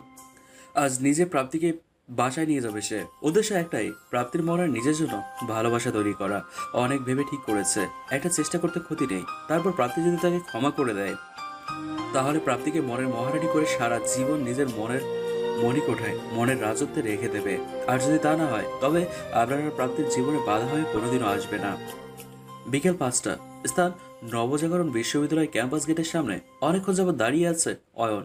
প্রাপ্তি এখনো আসেনি, এমনকি মেয়েদের কাছে মোবাইলও নেই। এত ঘাড়তে নামে, যদি একটু কথা শুনতো। আজকে মোবাইল কিনে দিতে হবে। প্রায় 1.5 ঘন্টা যাবত দাঁড়িয়ে আছে অয়ন। আজ আসুক, ওকে একটা শিক্ষা দিতেই হবে। রাস্তায় পড়ে থাকা ক্যানের লাথি বসাতেই যাবে, তখন নজরে পড়ল প্রাপ্তি একটি ছেলের সাথে গেটের দিকে আসছে। তারা যথেষ্ট হাসাহাসি করছিল, যা কারোর কাছে দৃষ্টিকটু না হলেও অয়নের মুহূর্তের মধ্যে মেজাজ বিগড়ে দিতে যথেষ্ট। প্রাপ্তি সামনে আসছিল, খেয়াল করে দেখলো গেটের ঠিক অপোজিটে গাড়িতে হেলান দিয়ে অয়ন দাঁড়িয়ে আছে। অয়নকে দেখে মোটামুটি ভয়ে জমে গেছে প্রাপ্তি। এমনি পান থেকে চুন খসলে এই বান্দা 14 গোষ্ঠীর ষষ্ঠী করে দেয়, আর এখন তো একটা ছেলের সাথে সে ঘুরছে। না জানি তার ভাগ্যে কি রয়েছে। অয়নের সামনে গিয়ে আমতা আমতা করে কিছু বলতে গেলে অয়ন থামিয়ে দেয়। গাড়ির দরজা খুলে দিয়ে নিজে বসায় প্রাপ্তিকে। এরপর রেস্টুরেন্টে খাওয়াতে নিয়ে যায়। প্রাপ্তির কাছে যেন অন্য অয়ন। এত দামি রেস্টুরেন্টে এই প্রথম গিয়েছে প্রাপ্তি। প্রাপ্তির প্রথমে অস্বস্তি লাগলেও অয়ন পাশে থাকার তার অস্বস্তিকর পরিস্থিতি স্বস্তিকর হয়ে উঠেছে। খাওয়া দাওয়া শেষ করে নদীর পাড়ে ঘুরতে নিয়ে যায় অয়ন তাকে। আজ 3 মাস পর বাইরে এসেছে প্রাপ্তি। নদীর তীরের ঠান্ডা হাওয়া ভেতরে থাকা মানুষটাকে নাড়িয়ে দিতে যথেষ্ট। আজ প্রাপ্তির খুব হালকা লাগছে। পাশে থাকা মানুষটাকেও আজ যেন খুব ভালো লাগছে। বেশ কিছুক্ষণ নদীর দিকে তাকিয়ে থেকে পাশে দেখাতেই প্রাপ্তির শরীর জমে গেল। অয়ন তখন এক হাঁটু গেড়ে মাটিতে বসে আছে, হাতে বেশ কিছু গোলাপ ফুল, রক্তাক্ত লাল গোলাপ, যেন ফুলগুলোকে আরো মোহনীয় করে তুলেছে।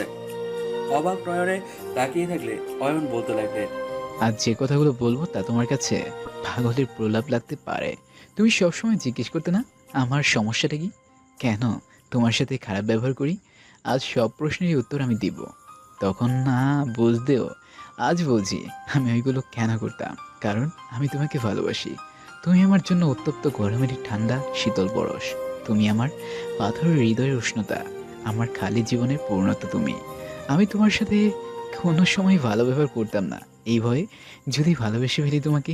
কিন্তু আজ আমার ভয়ে আমার জীবনের বাস্তবতা হয়ে দাঁড়িয়েছি প্রাপ্তি। আমি তোমাকে ভালোবাসি, খুব ভালোবাসি তোমাকে। কি আমাকে কি তোমার জীবনের ছোট অংশ হবার সুযোগ দিবে? আপনি জানেন আপনি কি বলছেন? হ্যাঁ জানি, সব জেনেই বলছি। একটা সুযোগ কি দেওয়া যায় না? আমি বিবাহিত অয়ন, আমি আপনার ভাইয়ের স্ত্রী। আমি জানি, কিন্তু তোমাদের বিয়েটা কি আদৌ বিয়ে? তুমি কি আমার ভাইকে ভালোবাসো? না, হয়তো বাসি না, তবে আমি আমার স্ত্রীর দায়িত্ব পালন করতে বাধ্য। আর আমি সেই মেয়েদের মতো হতে চাই না যারা শুধু টাকার লোভে ওই মানুষটাকে বিয়ে করছে। উনি কি ভাববে বলুন তো? ভাই কিছুই ভাববে না, আমি সব ঠিক করে দেব। একটা সুযোগ কি আমি পেতে পারি বলো? না, এটা সম্ভব নয়। আমি ওনার সাথে প্রতারণা করতে পারবো না। ক্ষমা করবেন আমায়। বেশ, তুমি যদি সেটা ঠিক মনে করো এটাই হবে। তবে আমি আমার সর্বোচ্চ চেষ্টা করব ভাই 3 মাস পর দেশে ফিরবে। এর মাঝে যদি আমি তোমার মনে জায়গা করে নিতে পারি, তবে আমাকে বিয়ে করতে হবে তোমার, এবং আমি তা পারবো। চ্যালেঞ্জ করছেন? এইটা আমার ভালোবাসার পরীক্ষা। যদি তোমার মনে হয় নিজের জায়গা করতে পারি, তবে তোমাকে কোনোদিন নিজ থেকে আলাদা হতে দিব না। আর যদি তা পারেন? তোমার আর ভাইয়ের জীবন থেকে চিরকালের মতো সরে যাব, প্রমিস। আমি বাড়ি যাব। আচ্ছা চলো। অবাক নয়নে তাকিয়ে থাকলে অয়ন বলতে লাগলো। বাড়ি আসার পথে রাস্তায় দুজনের কোনো কথা হয়নি। গাড়ির ক্লাসে মাথা ঠেকিয়ে সারা রাস্তা প্রাপ্তি শুধু অয়নের বলা কথাগুলোই ভেবেছে। এত মনের মাঝে যে ক্ষীণ ভয়টা ছিল তা আজ যেন তীব্র হতে লাগলো। সত্যি যদি এই চ্যালেঞ্জে জিতে যায় অয়ন, তখন কি করবে? যত যাই বলুক না কেন, ভালোবাসা কখন কার প্রতি জন্মাবে তা বলা কঠিন। যত নিজেকে শক্ত রাখার চেষ্টা করা হোক না কেন, মনের ওপর কোনো কিছুরই জোর চলে না। হুট করে ব্রেক লাগাতেই হুঁশ ফিরে প্রাপ্তির। বাইরে তাকালে দেখতে পায় শিকদার ভিলের বাইরেই দাঁড়িয়ে আছে গাড়ি।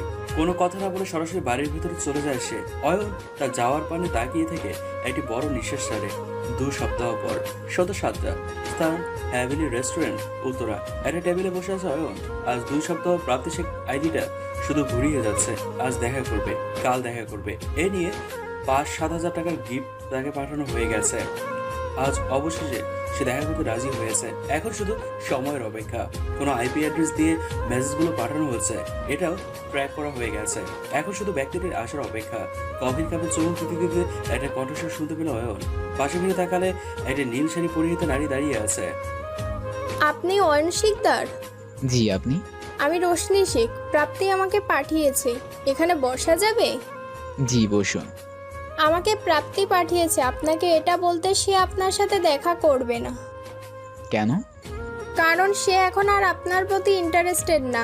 এটা প্রাপ্তির আজকের ব্যাপার না। ও এমন বড় লোকদের পটায়, পটিয়ে পটিয়ে টাকা গিফট এগুলো নেয়। আসলে এইসব দেখেই বাবা ওকে একজনের সাথে বিয়ে দিয়ে দিয়েছেন। আমি জানি না কে তিনি, তবে শুনেছি অসুস্থ একজন নাকি। যাকগে, আমি আপনাকে এইগুলো বলতে এসেছি। এইসব নর্দমায় কেন যে মুখ দেন সত্যি বুঝি না। ভালো মেয়ের কি অভাব? এতক্ষণ চুপ করে বসেছিল অয়ন, কিন্তু প্রাপ্তির নামে বাজে কথা শুনে নিজেকে ঠিক রাখতে পারলো না সে। একে তো নির্দোষ একটা মেয়ে, যে জানেই না তার নামে ছেলেদের সাথে ছলনা করে যাচ্ছে, ওপর থেকে তার নামে যা নয় তাই বলে যাচ্ছে। নিজেকে নিতান্ত শান্ত করে অয়ন জিজ্ঞেস করলো, প্রাপ্তি যদি বিবাহিত হয়, তবে তার হাজবেন্ড তো খুব সহজেই এইসব কথা জেনে যাবে। ওর হাজবেন্ড তো অসুস্থ, জানবে কিভাবে? তোমাকে এখানে আসার কথা কি ওই জানিয়েছে? ওই কালকে আমাকে ফোন দিয়ে জানিয়েছে। ফোন নাম্বারটা পেতে পারি? জি? ফোন নাম্বারটা পেতে পারি? বাংলা ভাষায় বলেছি। Phone number? খুব কি কষ্ট হয়ে যাবে ফোন নাম্বার দিতে? মানে? আসলে কি বলেন তো, প্রাপ্তির সাথে আপনার বিগত 4 মাসে একবার কথা হয়নি, তাই অহেতুক নাম্বার কোথায় পাবেন? প্রাপ্তির আগে একটা মোবাইল ছিল, আপনি কোনোভাবে মোবাইলটা চুরি করেন এবং তারপর থেকে প্রাপ্তিকে নিচু করতে ওর আইডি থেকে ছেলে ভাসানোর ধান্দা করেন। পরেইতে আপনার প্রেমময় মেসেজে অনেক বাঁকড়া ভাসতে থাকে, তাই এটা আপনার একটা নিত্যদিনের কাজ হয়ে যায়। সমস্যাটা হয় যখন প্রাপ্তি বিয়ে ঠিক হয়ে যায়। আপনি যেন কি করবেন ভেবেই পাচ্ছিলেন না। তারপর 3 মাস সে আইডিটা বন্ধ থাকে, তারপর আবার 1 মাস হয়েছে আইডিটা অ্যাক্টিভেট করেছেন আপনি। এসব কি বলছেন আপনি? আমি যে ভুল বলছি না তা আপনি খুব ভালোভাবেই জানেন। এতদিন আমার সাথে প্রাপ্তির আগের নাম্বার দিয়ে আপনি কথা বলতেন, চ্যাট করতেন। এখন যখন দেখছেন আমি নাছোড়বান্দা, তখন আপনি আমার সামনে এসে হাজির হয়েছেন এবং প্রাপ্তির নামে যা নয়তো তাই বলছেন। আপনি কি আজে বাজে কথা বলছেন? আমি ভদ্র ঘরের মেয়ে। এবার মেজাজ তুঙ্গে উঠে গেল অয়নে। তাতে দাঁত চেপে বলতে লাগলো, এখন ভালোই ভালোই স্বীকার করে নেন, নয়তো পুলিশের ডান্ডায় সব ঠান্ডা হয়ে যাবে। আপনি এত কিছু জানেন কিভাবে? কে আপনি? আমি ওর হাজব্যান্ড, আর তোমার কৃতকর্মের জন্য আমি সেই নিষ্পাপ মেয়েটাকে দিনের পর দিন শুধু কষ্ট দিয়েছি। আপনি? ওর হাজবেন্ড না অসুস্থ ছিল?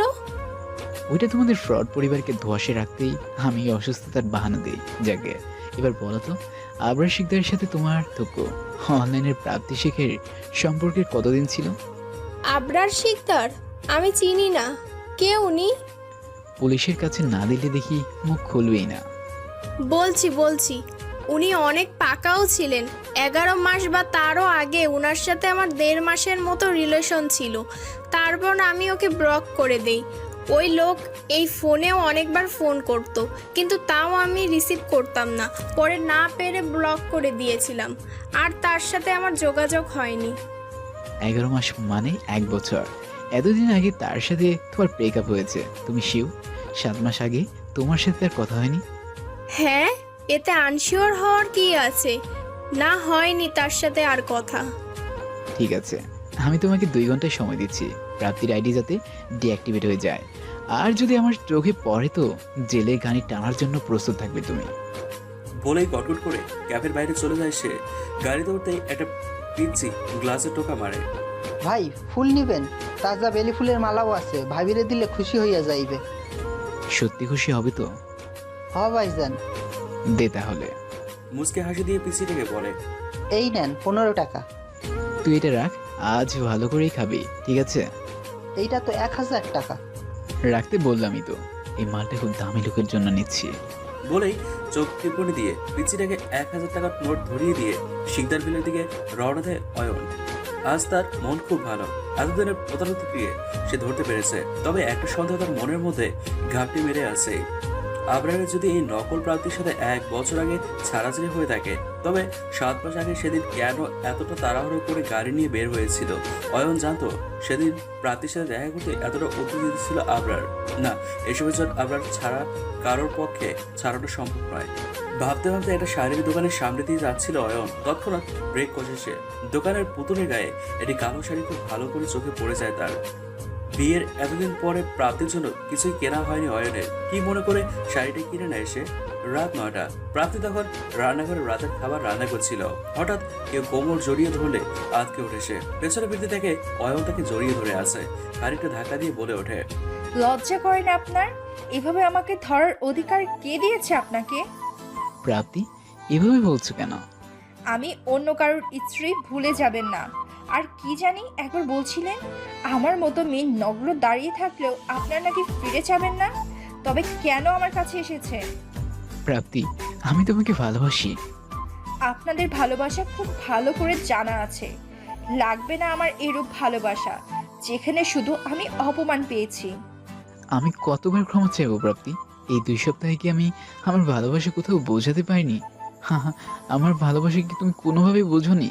এই দেখো, আমি তোমার জন্য এই শাড়ি আর এই মালাটা নিয়ে এনেছি, দেখো। কেন এনেছেন আমি বলছিলাম। বলেই শাড়িটার মালাটা ছুঁড়ে ফেলে প্রাপ্তি। আর 1 মুহূর্ত দেরি না করে নিজের রুমের দরজা লাগিয়ে বসে থাকে। চোখের পানিটা বাদ মানছে না। না যেতেও কেন এই লোকটার দিকে মনটা ঘোরে? সে তো অন্য কারোর বউ, কেন তবুও এই লোকটার রঙে মনটা রাঙাতে চায়? প্রাপ্তি দোড়ানোর বেড়াজালে আটকে আছে, যার থেকে মুক্তির রাস্তা তার কাছে নেই। হঠাৎ ঘরেই চিৎকার চেঁচামেচি শুরু হয়ে যায়। লোকমান কাকা, অয়ন বাবা, অয়ন বাবা বলে চিৎকার করছে। প্রাপ্তি 1 মিনিট দেরি না করে অয়নের রুমের দিকে রওনা হয়।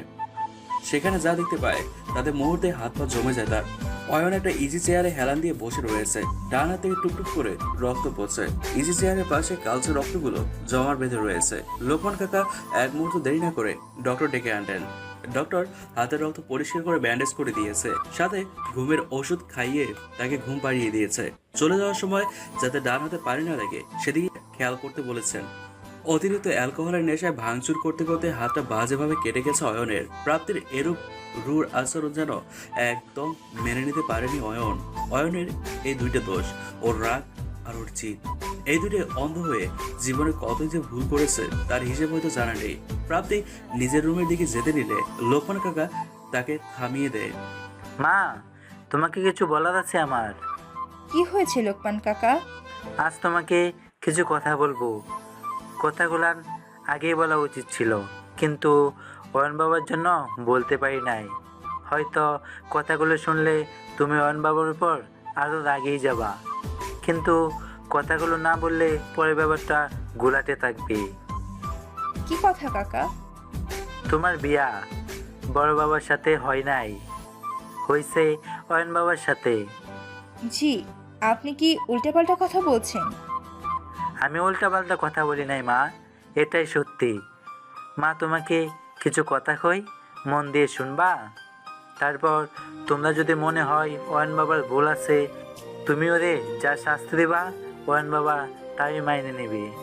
বড় বাবা আর অয়ন বাবা আপন ভাই না। অয়ন বাবাকে দত্তক নিয়েছিল ম্যাডাম। তারপর একটা অ্যাক্সিডেন্টে সাহেব আর ম্যাডাম মারা যান।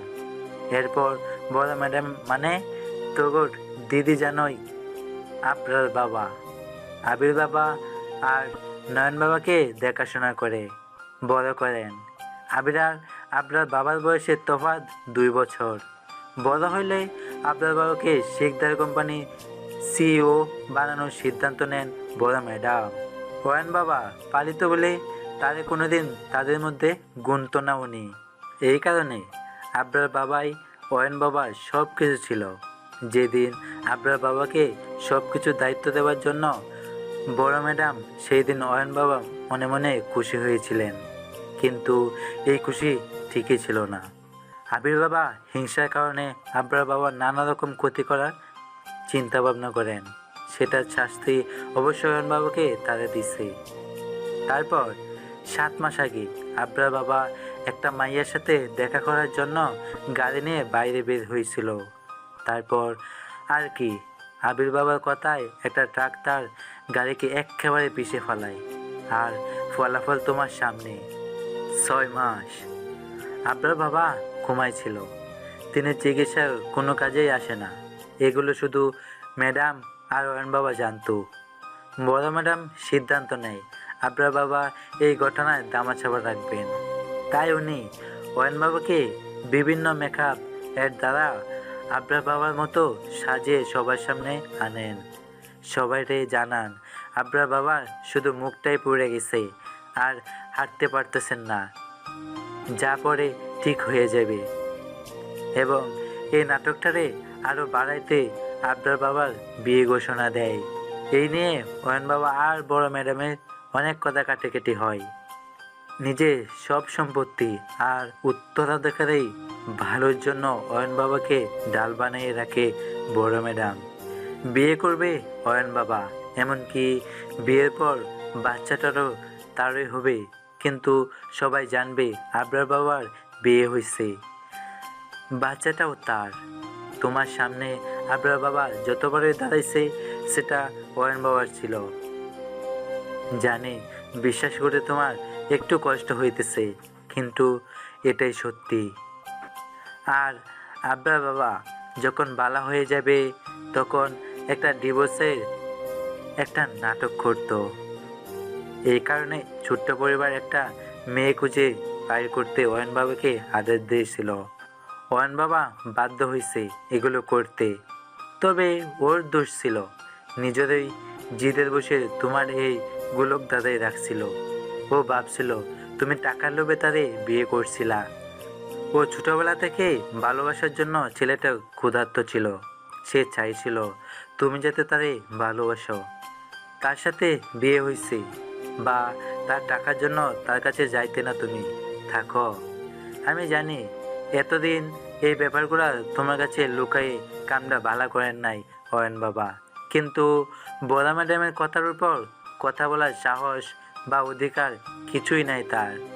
এখন তুমি একটু ভাইবে দেখো তুমি কি করবা। লোকমান কাকা কথাগুলো বলে রুমের বাইরে চলে গেল। প্রাপ্তি ঠায় দাঁড়িয়ে আছে, তার চোখের পানি যেন থামতে চাচ্ছে না। অয়নের সেই কাজগুলো করার কি দরকার ছিল? তাহলে দুজনকেই এতটা কষ্ট পেতে হতো না। আজ হয়তো তাদেরও একটা সুখের সংসার থাকতো। একদিকে ভালো হয়েছে, এতদিনের দোটানার অবসান ঘটলো। মনটা হয়তো এই কারণেই এই মানুষটার দিকে ঘুরতো। এই মানুষের কথা সারাক্ষণ ভাবতে চাইতো বেহায়া মনটা।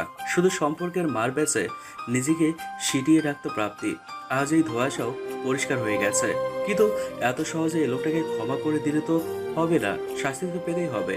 প্রাপ্তি মনে মনে ফোন দিয়ে আটে কিভাবে অয়নকে শাস্তি দেয়া যায়। এখন শুধু সকালের অপেক্ষা। সকাল 9টা, মুখে পানির ছিটা ফোটে ঘুম ভেঙে যায় অয়নের। পিটপিট করে চোখ খুলতে দেখে কালো শাড়ি পরে এক নারী দাঁড়িয়ে আছে আয়নার সামনে। এই শাড়িটি কাল রাতে কিনে এনেছিল অয়ন। খুব নিপুণ করে চুল মুছে সে।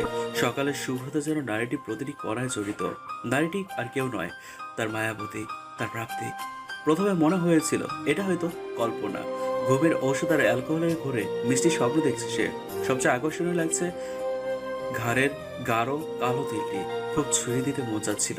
পরক্ষণেই রাতের ঘটনাগুলো মনে পড়তেই মনটা ছোট হয়ে গেল। চোখ কষলে সামনে তাকাতে দেখতে পায় রাগি রেগি চোখে প্রাপ্তি তার দিকে তাকিয়ে রয়েছে। জিজ্ঞাসা চোখে তাকাতেই বলে ওঠে, কি ভেবেছিলেন সুইসাইডের নাটক করলে আমি পটে যাব? তুমি কল্পনা নাও। কল্পনা হতে যাব কেন? সশরীরে দাঁড়িয়ে আছি। সকাল সকাল নেশা করছেন নাকি? উঠুন উঠুন, বেলা হয়ে এসেছে। নবাব এখানে ফসফস করে ঘুমাচ্ছে। আমার ক্ষুধা লেগেছে। ফ্রেশ হয়ে নিচে আসুন, খাবার রেডি।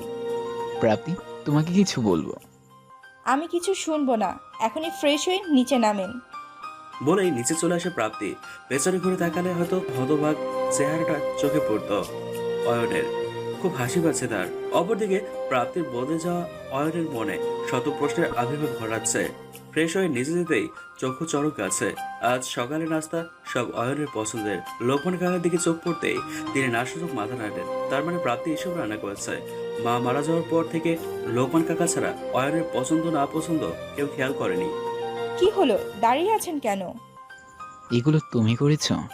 না, আসমান থেকে ডেলিভারি আসছে। সোজা কথায় সোজা উত্তর দিতে তোমার কি হয়? কিছুই হয় নাই, বসুন, বেড়ে দিচ্ছি। আজ বহুদিন পর তৃপ্তি করে খাবার খেয়েছে অয়ন। কাল রাতের ঘটনার পর প্রাপ্তিকে এভাবে দেখবে আশা করেনি। খাওয়ার মাঝে ফোনটা বেজে ওঠে তার। ফোনের স্ক্রিনে তাকাতেই রাইসা আপু নামটা ভেসে ওঠে। ফোন রিসিভ করতেই উত্তেজিত হয়ে পড়লো অয়ন। অপর পাশ থেকে শুনতে পেল রাইসা ব্যথায় কাতরাচ্ছে। অয়ন উত্তেজিত হয়ে বলতে লাগলো, হ্যালো হ্যালো, কেউ কি শুনতে পাচ্ছেন?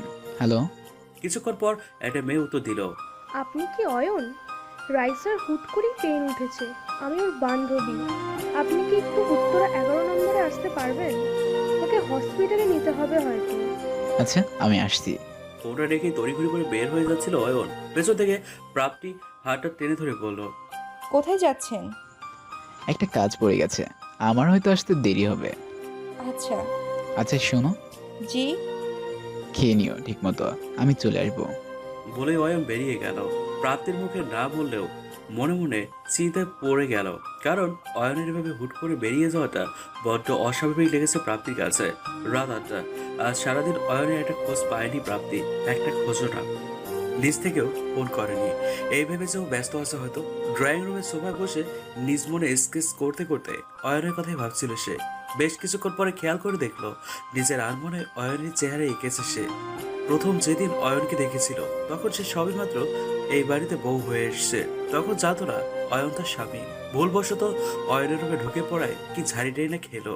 তখন অয়নকে বড্ড বেশি ভয় পেত, ভয়ে কুকড়ে থাকতো। এই বুঝি কি না কি বলবে।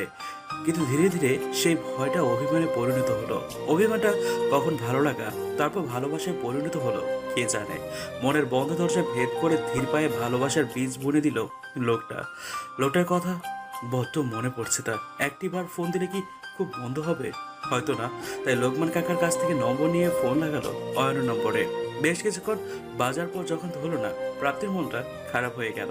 আচ্ছা, লোকটা কি সত্যিই তার কথা মনে নেই? রাত 11টা। ডাইনিং টেবিলে খাবার নিয়ে বসে থাকতে থাকতে হাতের উপরে ঘুমিয়ে পড়েছে প্রাপ্তি। হঠাৎ কলিং বেলের আওয়াজে ঘুমটা ভেঙে যায় তার। চোখ কচলিয়ে দরজা খুলে দেখে অয়ন দাঁড়িয়ে আছে।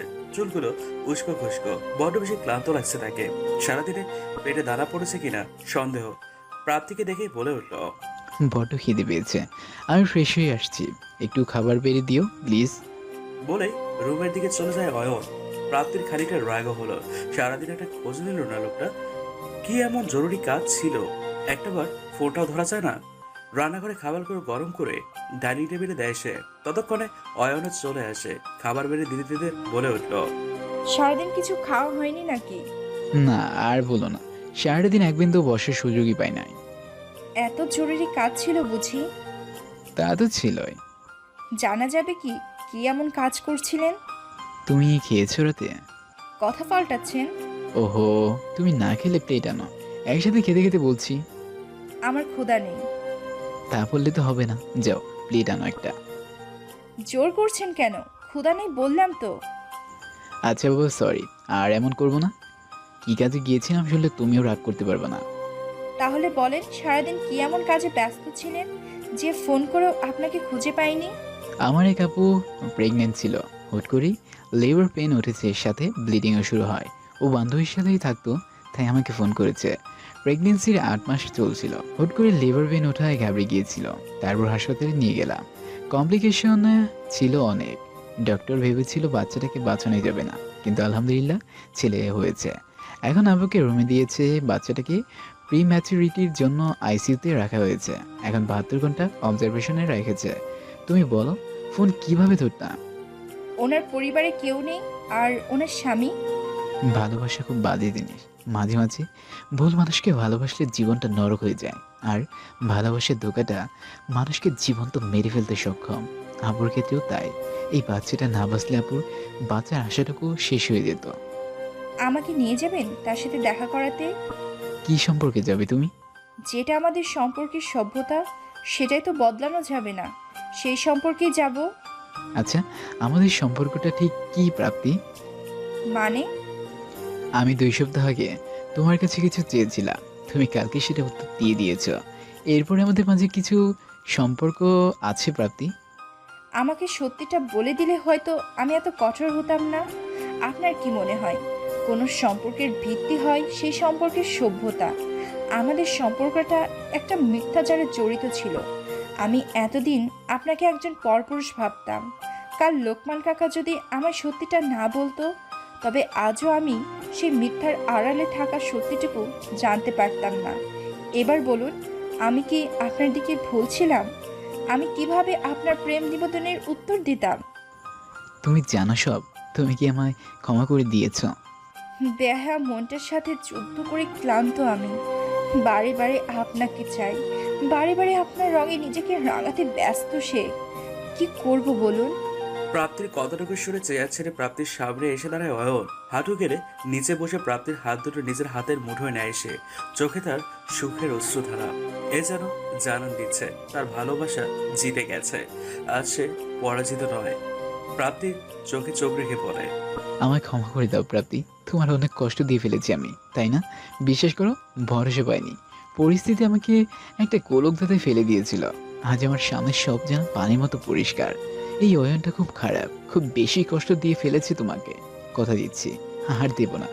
আমার মায়াবতীকে সব বিপদ থেকে বাঁচিয়ে রাখবো রে। দেখো, কোনো কষ্টে ছিটাফোটাও তোমায় গায়ে লাগতে দিব না। ভালোবাসি যে, বড্ড ভালোবাসি। আমার এই একলা দুনিয়াতে আমার সঙ্গে কি হবে তুমি? আমিও যে এই জেদি রাগী খারাপ ছেলেটার প্রেমে পড়ে গেছি। আমার হাতে যে কিছুই নেই, যে মায়ায় জড়িয়ে আছি তা থেকে যে আমার নিস্তার নেই। বড্ড ভালোবাসি এই দুনিয়া। কিছু ভিডিও অন হয় যাতে স্পষ্ট শিকদার কোম্পানির গুরুত্বপূর্ণ ডকুমেন্টস প্রতিনিধি কোম্পানির কাছে বেছে দিচ্ছে আবির। এসব ভিডিও দেখে আবির ধপ করে চেয়ারে বসে পড়ে। অয়ন রিয়াদকে ইশারা দিলে পুলিশের রুমে ঢোকে। হাতে হ্যান্ডকাপ পরিয়ে আবিরকে নিয়ে যাওয়ার সময় অয়নকে ডেকে বলে, আবির ভাই, তুমি যদি চলো ডালে ডালে, আমি চলি শিরায় শিরায়। তাই তোমার এই বানানো খেলাটা শেষ করতে অনেক আগেই পারতাম, কিন্তু আমি দেখতে যাচ্ছিলাম তুমি কতটা নিচে নামতে পারো। এখন জেলে ঘানি টানো। কথাটা শেষ হওয়ার পর আবিরকে নিয়ে যায় জেলে। অয়ন এবার বোর্ড অফ ডিরেক্টরদের সোজা ভাষায় বলে দেয়, এখন আপনাদের সিইও জেলে আছে। এবার ডিসাইড করেন আমাকে কি সিইও হিসেবে মেনে নেবেন নাকি জালিয়াতির জন্য আপনাদেরও জেলে পড়তে হবে। না না, আপনি যা বলবেন তাই হবে। বড় একটি নিঃশ্বাস ছেড়ে হসপিটালের দিকে রওনা দেয় অয়ন। আবির নামক ঝামেলাটি এতদিন পর একেবারে ঝেড়ে ফেলতে সক্ষম হয়েছে সে। এখন হয়তো তাদের জীবনে কোনো বাধা আসবে না, কিন্তু আবরার সেদিন কেন বের হয়েছিল এটা জানাটা খুব দরকার। আবার রাইসের জীবনটা নতুন করে সাজানোটা জরুরি। হসপিটালে ডক্টরের সাথে দেখা করতে যাওয়ার পর জানতে পারে বাচ্চাটার অবস্থা এমন স্টেবল। ডক্টরের সাথে কথা বলে আইসিইউতে যায় অয়ন। বাচ্চাটি যে এত সুন্দর দেখে মনে হচ্ছে একটা শিউলি ফুলের গোছা। ধবধবে সাদা বাচ্চাটির ছোট ছোট চোখগুলো যেন এক অদৃশ্য মায়ায় জড়িয়ে নিচ্ছে অয়নকে। আচ্ছা, ওর আর প্রাপ্তির জীবনেও কি এরূপ সুখ আসবে? আসবে না কেন? অবশ্যই আসবে। আল্লাহ যদি তাদের একসাথে বাঁধতে পারে, তবে এই সুখটিও অয়নের ভাগে ঠিকই লিখবেন। একদিন হুট করে হয়তো জানতে পারবে প্রাপ্তি আর ওর ভালোবাসার প্রাপ্তির ভেতরে ধীরে ধীরে বাড়ছে, বড় হচ্ছে। প্রাপ্তির যত্নে কোনো কমতি রাখবে না সে। দিন শেষে মেয়েটাকে সুখের টুকরি সঁপে দেবে সে। হয়তো দেখতে দেখতে 9 মাস পেরিয়ে ডেলিভারির সময় হবে, তাদেরও একটি ছোট্ট মেয়ে হবে, যাকে কোলে নিয়ে পৃথিবীর সবচেয়ে সুখী মানুষ হবে সে। রাইসার ছোট্ট শিশুটিকে দেখে কল্পনার সুখের রাজ্যে হারিয়ে গেল অয়ন। চোখ থেকে খুশির নোনা জল গাল বেয়ে পড়ছে গড়িয়ে গড়িয়ে। চোখ দুটো মুছে রাইসার রুমে গেল সে। রাইসা প্রচুর দুর্বল হয়ে পড়েছে। এই সময়টা ভালোবাসা মানুষের সাথে থাকলে হয়তো আজ মেয়েটার এত কিছু সহ্য করতে হতো না। ভালোবাসা নামক জিনিসটি কারো কারো কাছে অমৃত, কারো কারো কাছে বিষ। কেমন আছো আপু? আলহামদুলিল্লাহ ভালো। তুই? এই তো ভালো আছি। বাবুর নাম কি রাখলে? আব্রাহাম। নামটা কেমন হয়েছে? ভালো। ওর বাবা কি জানে আদৌ ওর ব্যাপারে? বলেছিলাম, তাতে তার বাক্য ছিল। এটা একটা ভুল। সে আমার সাথে দেখাও করতে চেয়েছিল, হয়তো সেদিনই অ্যাবর্শন করিয়ে ফেলতো। পরে আর আসলো না সে। আমি অপেক্ষা করেছিলাম, কিন্তু লাভ হয়নি। এখন তো শুনেছি বিয়ে করে সুখেই আছে। আমাকে ওই পার্সেন্টের নামটা কি বলবে? কি করবি জেনে? কিছুই করার নেই তোর। প্লিজ রাইস আপু, আমাকে তো নিজের ভাই ভাবো নাকি? প্লিজ একটিবার বলো। চ্যাম্পের অধিকার আছে তার বাবার নাম জানার। আর সত্যি বলতে ওই লোকের জানা উচিত সে যেটাকে ভুল বলে এড়িয়ে গেছে। আজ সে একজন রক্ত মাংসের মানুষ। তার এক রাতের ভুল তোমার জীবনটাই নষ্ট করে দিয়েছে। প্লিজ নামটা বলো আমাকে। প্লিজ আপু, আজ চুপ করে থেকো না। প্লিজ নামটা বলো। আব্রাহামের ভবিষ্যতের ব্যাপারে রাইস আপু, এটা প্লিজ। কি করবি জেনে? তোর ভাই কোনোদিন ওকে পিতৃ পরিচয় দিবে না অয়ন। সে আমাকে সোজা সাপটা জানিয়ে দিয়েছিল আমাদের মধ্যে যা হয়েছে সেটা একটা ভুল ছিল। ইমোশনাল হয়ে যা ভেবে সে ভুল করে ফেলেছে। এবার তুই বল, আমার কি করার আছে? তুমি শিওর ভাই আব্রাহামের বাবা? জানতাম তুইও বিশ্বাস করবি না। আমাকে কি ভাবিস তোরা বল? এতজনের সাথে বিছানায় গিয়ে যে আমার সন্তানের বাবাকে, সেটাই জানবো না? না না না, তুমি আমায় ভুল বোঝো না। কিন্তু ভাই দায়িত্ব এড়ানোর মতো লোকও নন। আমি শিওর কোথাও ভুল হয়েছে। আমাকে কি পুরো ঘটনাটা খুলে বলা যায় আপু? হুম। এরপর 8.5 মাস আগের ঘটে যাওয়া ঘটনাগুলো রাইসা অয়নকে বলতে লাগলো। সন্ধ্যা 7টা, স্থান lake view restaurant and bar, Uttara. হঠাৎ ফোন আসায় সেখানে উপস্থিত হয় রাইসা। আবরারের ফোনে যতই ব্যস্ত থাকুক না কেন, রাইসা নিজেকে আটকাতে পারে না। মানুষটাকে ছোটবেলা থেকে ভালোবেসে এসেছে, কিন্তু আফসোস এই মানুষটা কোনোদিনও তার ভালোবাসা বোঝাতে দূর কথা চেষ্টাও করেনি। বরং যখনই রাইসা তাকে মনের কথা বোঝাতে চেয়েছে, হয় সেটাকে উড়িয়ে দিয়েছে, নয় এটাকে বয়সের দোষ বলে রাইসাকে বোঝাবার বৃথা চেষ্টা করেছে। তাই রাইসাও হাল ছেড়ে দিয়েছে। কি দরকার, ভালোই তো আছে বন্ধু হিসাবে। কিন্তু আজ তার এঙ্গেজমেন্টের কথাবার্তার ভিতরে যখন আবরার তাকে ফোন দিয়ে জানায় যে সে তাকে চায়, রাইসা নিজেকে আটকে রাখতে পারেনি। এখন এসে দেখে একের পর এক ভডকার গ্লাস শেষ করে যাচ্ছে আবরার। আবরারকে আটকানোর জন্য যখন তাকে বাধা দেয়, তখন আবরার বলে ওঠে, রাইসু তুই এসেছিস? আমি তো ভেবেছিলাম তুই আসবি না। আচ্ছা আমার সাথে এমন কেন হয় বলতে পারবি? আচ্ছা আমি তো মেয়েটাকে মন থেকে ভালোবেসেছিলাম, যখন যা চেয়েছে দিয়েছি, তাও কেন আমার সাথে এমন হলো? জানিস ওইটা একটা ফেক আইডি ছিল, আমি মানতেই পারছি না। বলেই রাইসাকে জড়িয়ে ধরে পাগলের মতো প্রলাপ করতে লাগলো। আজ রাইসার থেকে অসহায় হতে কেউ নেই। নিজের ভালোবাসার মানুষটি তার কাছে নিজের ব্যর্থ প্রেমের কথা বলছে। অথচ এই মানুষটা একবার যদি বুঝতো রাইসা তাকে কতটা ভালোবাসে। রাইসা খুব কষ্ট থেকে সামলায়। এখন আবরারকে কোথাও নেওয়া সম্ভব নয়, বিধায় একটা হোটেলে খুব কষ্ট করে নিয়ে আসে। বিছানায় আবরারকে শুয়ে উঠে যেতে নিলেই রাইসার হাত ধরে টেনে নিজের কাছে আনে সে। রাইসা কিছু বলার আগে তার কানের কাছে মুখ লাগিয়ে বলে ওঠে, আজ তোকে বড্ড মায়াবী লাগছে, যেন এক ফালি চাঁদের টুকরো আমার হাতে কেউ এনে দিয়েছে। খুব আপন করে নিতে ইচ্ছে করছে তোকে। আবরার, তুই নেশা যাতা বলছিস। ছাড় আমাকে, আমি উঠবো। নেশা কেটে গেলেও তুমি কেটে যাবে। আজ রাতটা বড্ড বেহায়া হতে মন চাচ্ছে। আমি সত্যিই অন্ধ। আমার সামনে পিকাসোর পেন্টিং থাকতে আমি সেরা কাগজের আঁকুঝুঁকির পেছনে ছুটছি। তোর মাঝে এত মায়া আমার অন্ধ চোখে পড়লই না। আজ এ মায়ায় ডুবে যেতে মন চাইছে, দিবি আমাকে সেই সুযোগ? আবরার, কাল সকালে তুই সব ভুলে যাবি। আমি চাই না আমাদের সম্পর্ক এই নেশার বশে একটি ভুলে পরিণত হোক। হবে না, আমি তোর গায়ে কোনো আঁচ আসতে দিব না। তোকে মনের কঠোরে সুন্দর করে সাজিয়ে রাখবো। আজ আমার তোকে খুব করে চাই রাইসু। অন্যদের মতো আমায় একা করে দিস না প্লিজ, আমি থাকতে পারবো না। কখনোই না, এসব কথা মুখেও আনবি না। তুই সব সময় আমাকে পাশে পাবি, যত ঝড় আসুক না কেন। আমি কখনো তোকে ছেড়ে যাব না, কথা দিলাম। কথাটা শেষ হতে রাইসাকে নিজের বাহু ধরে নিয়ে নেয় আবরার। কিছু আর্তনাদ, কিছু বেদনা ধীরে ধীরে কতটা সুখময় হয়ে যায় সেটা সেদিন রাইসা অনুভব করতে পারছিল। ভেবেছিল এটা সুখের মিলন হবে, কিন্তু এই সুখটা যে ক্ষণিকের অতীতে ছিল সেটা কল্পনাতেও আরেনি রাইসা। এই কালো রাজ্যে কেবল নেশার ঘরে করার সামান্য ভুল হবে যা তার জীবনকে 360 ডিগ্রি অ্যাঙ্গেলে ঘুরিয়ে দেবে। সেটার আজও তার ভালোবাসায় অন্ধ হৃদয়টি পায়নি। পরদিন সকালে ঘুম ভাঙতে দেখতে পায় আবরার শক্ত মুখে জানালার ধারে দাঁড়িয়ে আছে। চাদরটা গায়ে পেঁচিয়ে দাঁড়াতেই যা শুনল তাতে বাড়ির নিচে জমি খসে পড়ে রাইসার। আবরার এমন কিছু বলবে তাই কল্পনা তো আনেনি। আবরার তখন রাইসার দিকে ফিরে বলে ওঠে, সকাল হয়ে গেছে। কাল রাতে এই হোটেলের রুমে কি হয়েছে এটা এখানে দাফন হয়ে থাকবে, তাই তোর সম্মানের কোনো হানি হবে না, কথা দিচ্ছি। চল কিছু খেয়ে তোকে বাড়ি পৌঁছে দিই। যা ফ্রেশ হয়ে নে, আমি লবিতে আসি। বলে রুম থেকে বেরিয়ে গেল আবরার। মুহূর্তে সব স্বপ্নগুলো যেন দুমড়ে মুচড়ে ছাড়খাড় হয়ে গেল। কাল রাতের সবকিছু একটা স্বপ্ন ছিল, যেন একটা মিষ্টি স্বপ্ন যা ভোরের তীব্র আলোতে ঝলসে গেছে। মুখের চাপা কষ্ট আর নৌদা জলের রূপে চোখের ধার দিয়ে বেয়ে পড়ছে। এখন যদি মরে যেতে পারতো সত্যি হয়তো ভালো হতো। এই নিষ্ঠুর বাস্তবতাকে মেনে নিতে হতো না। কি দিয়েছে এই সোকল্ড ভালোবাসা তাকে? কষ্টের একটা পাহাড় যা সারাটা জীবন বয়ে বেড়াতে হবে। হবেই তো, দোষে তার, মেয়েদেরই দোষ। ভালোবাসলে দোষ, বিশ্বাস করলে দোষ।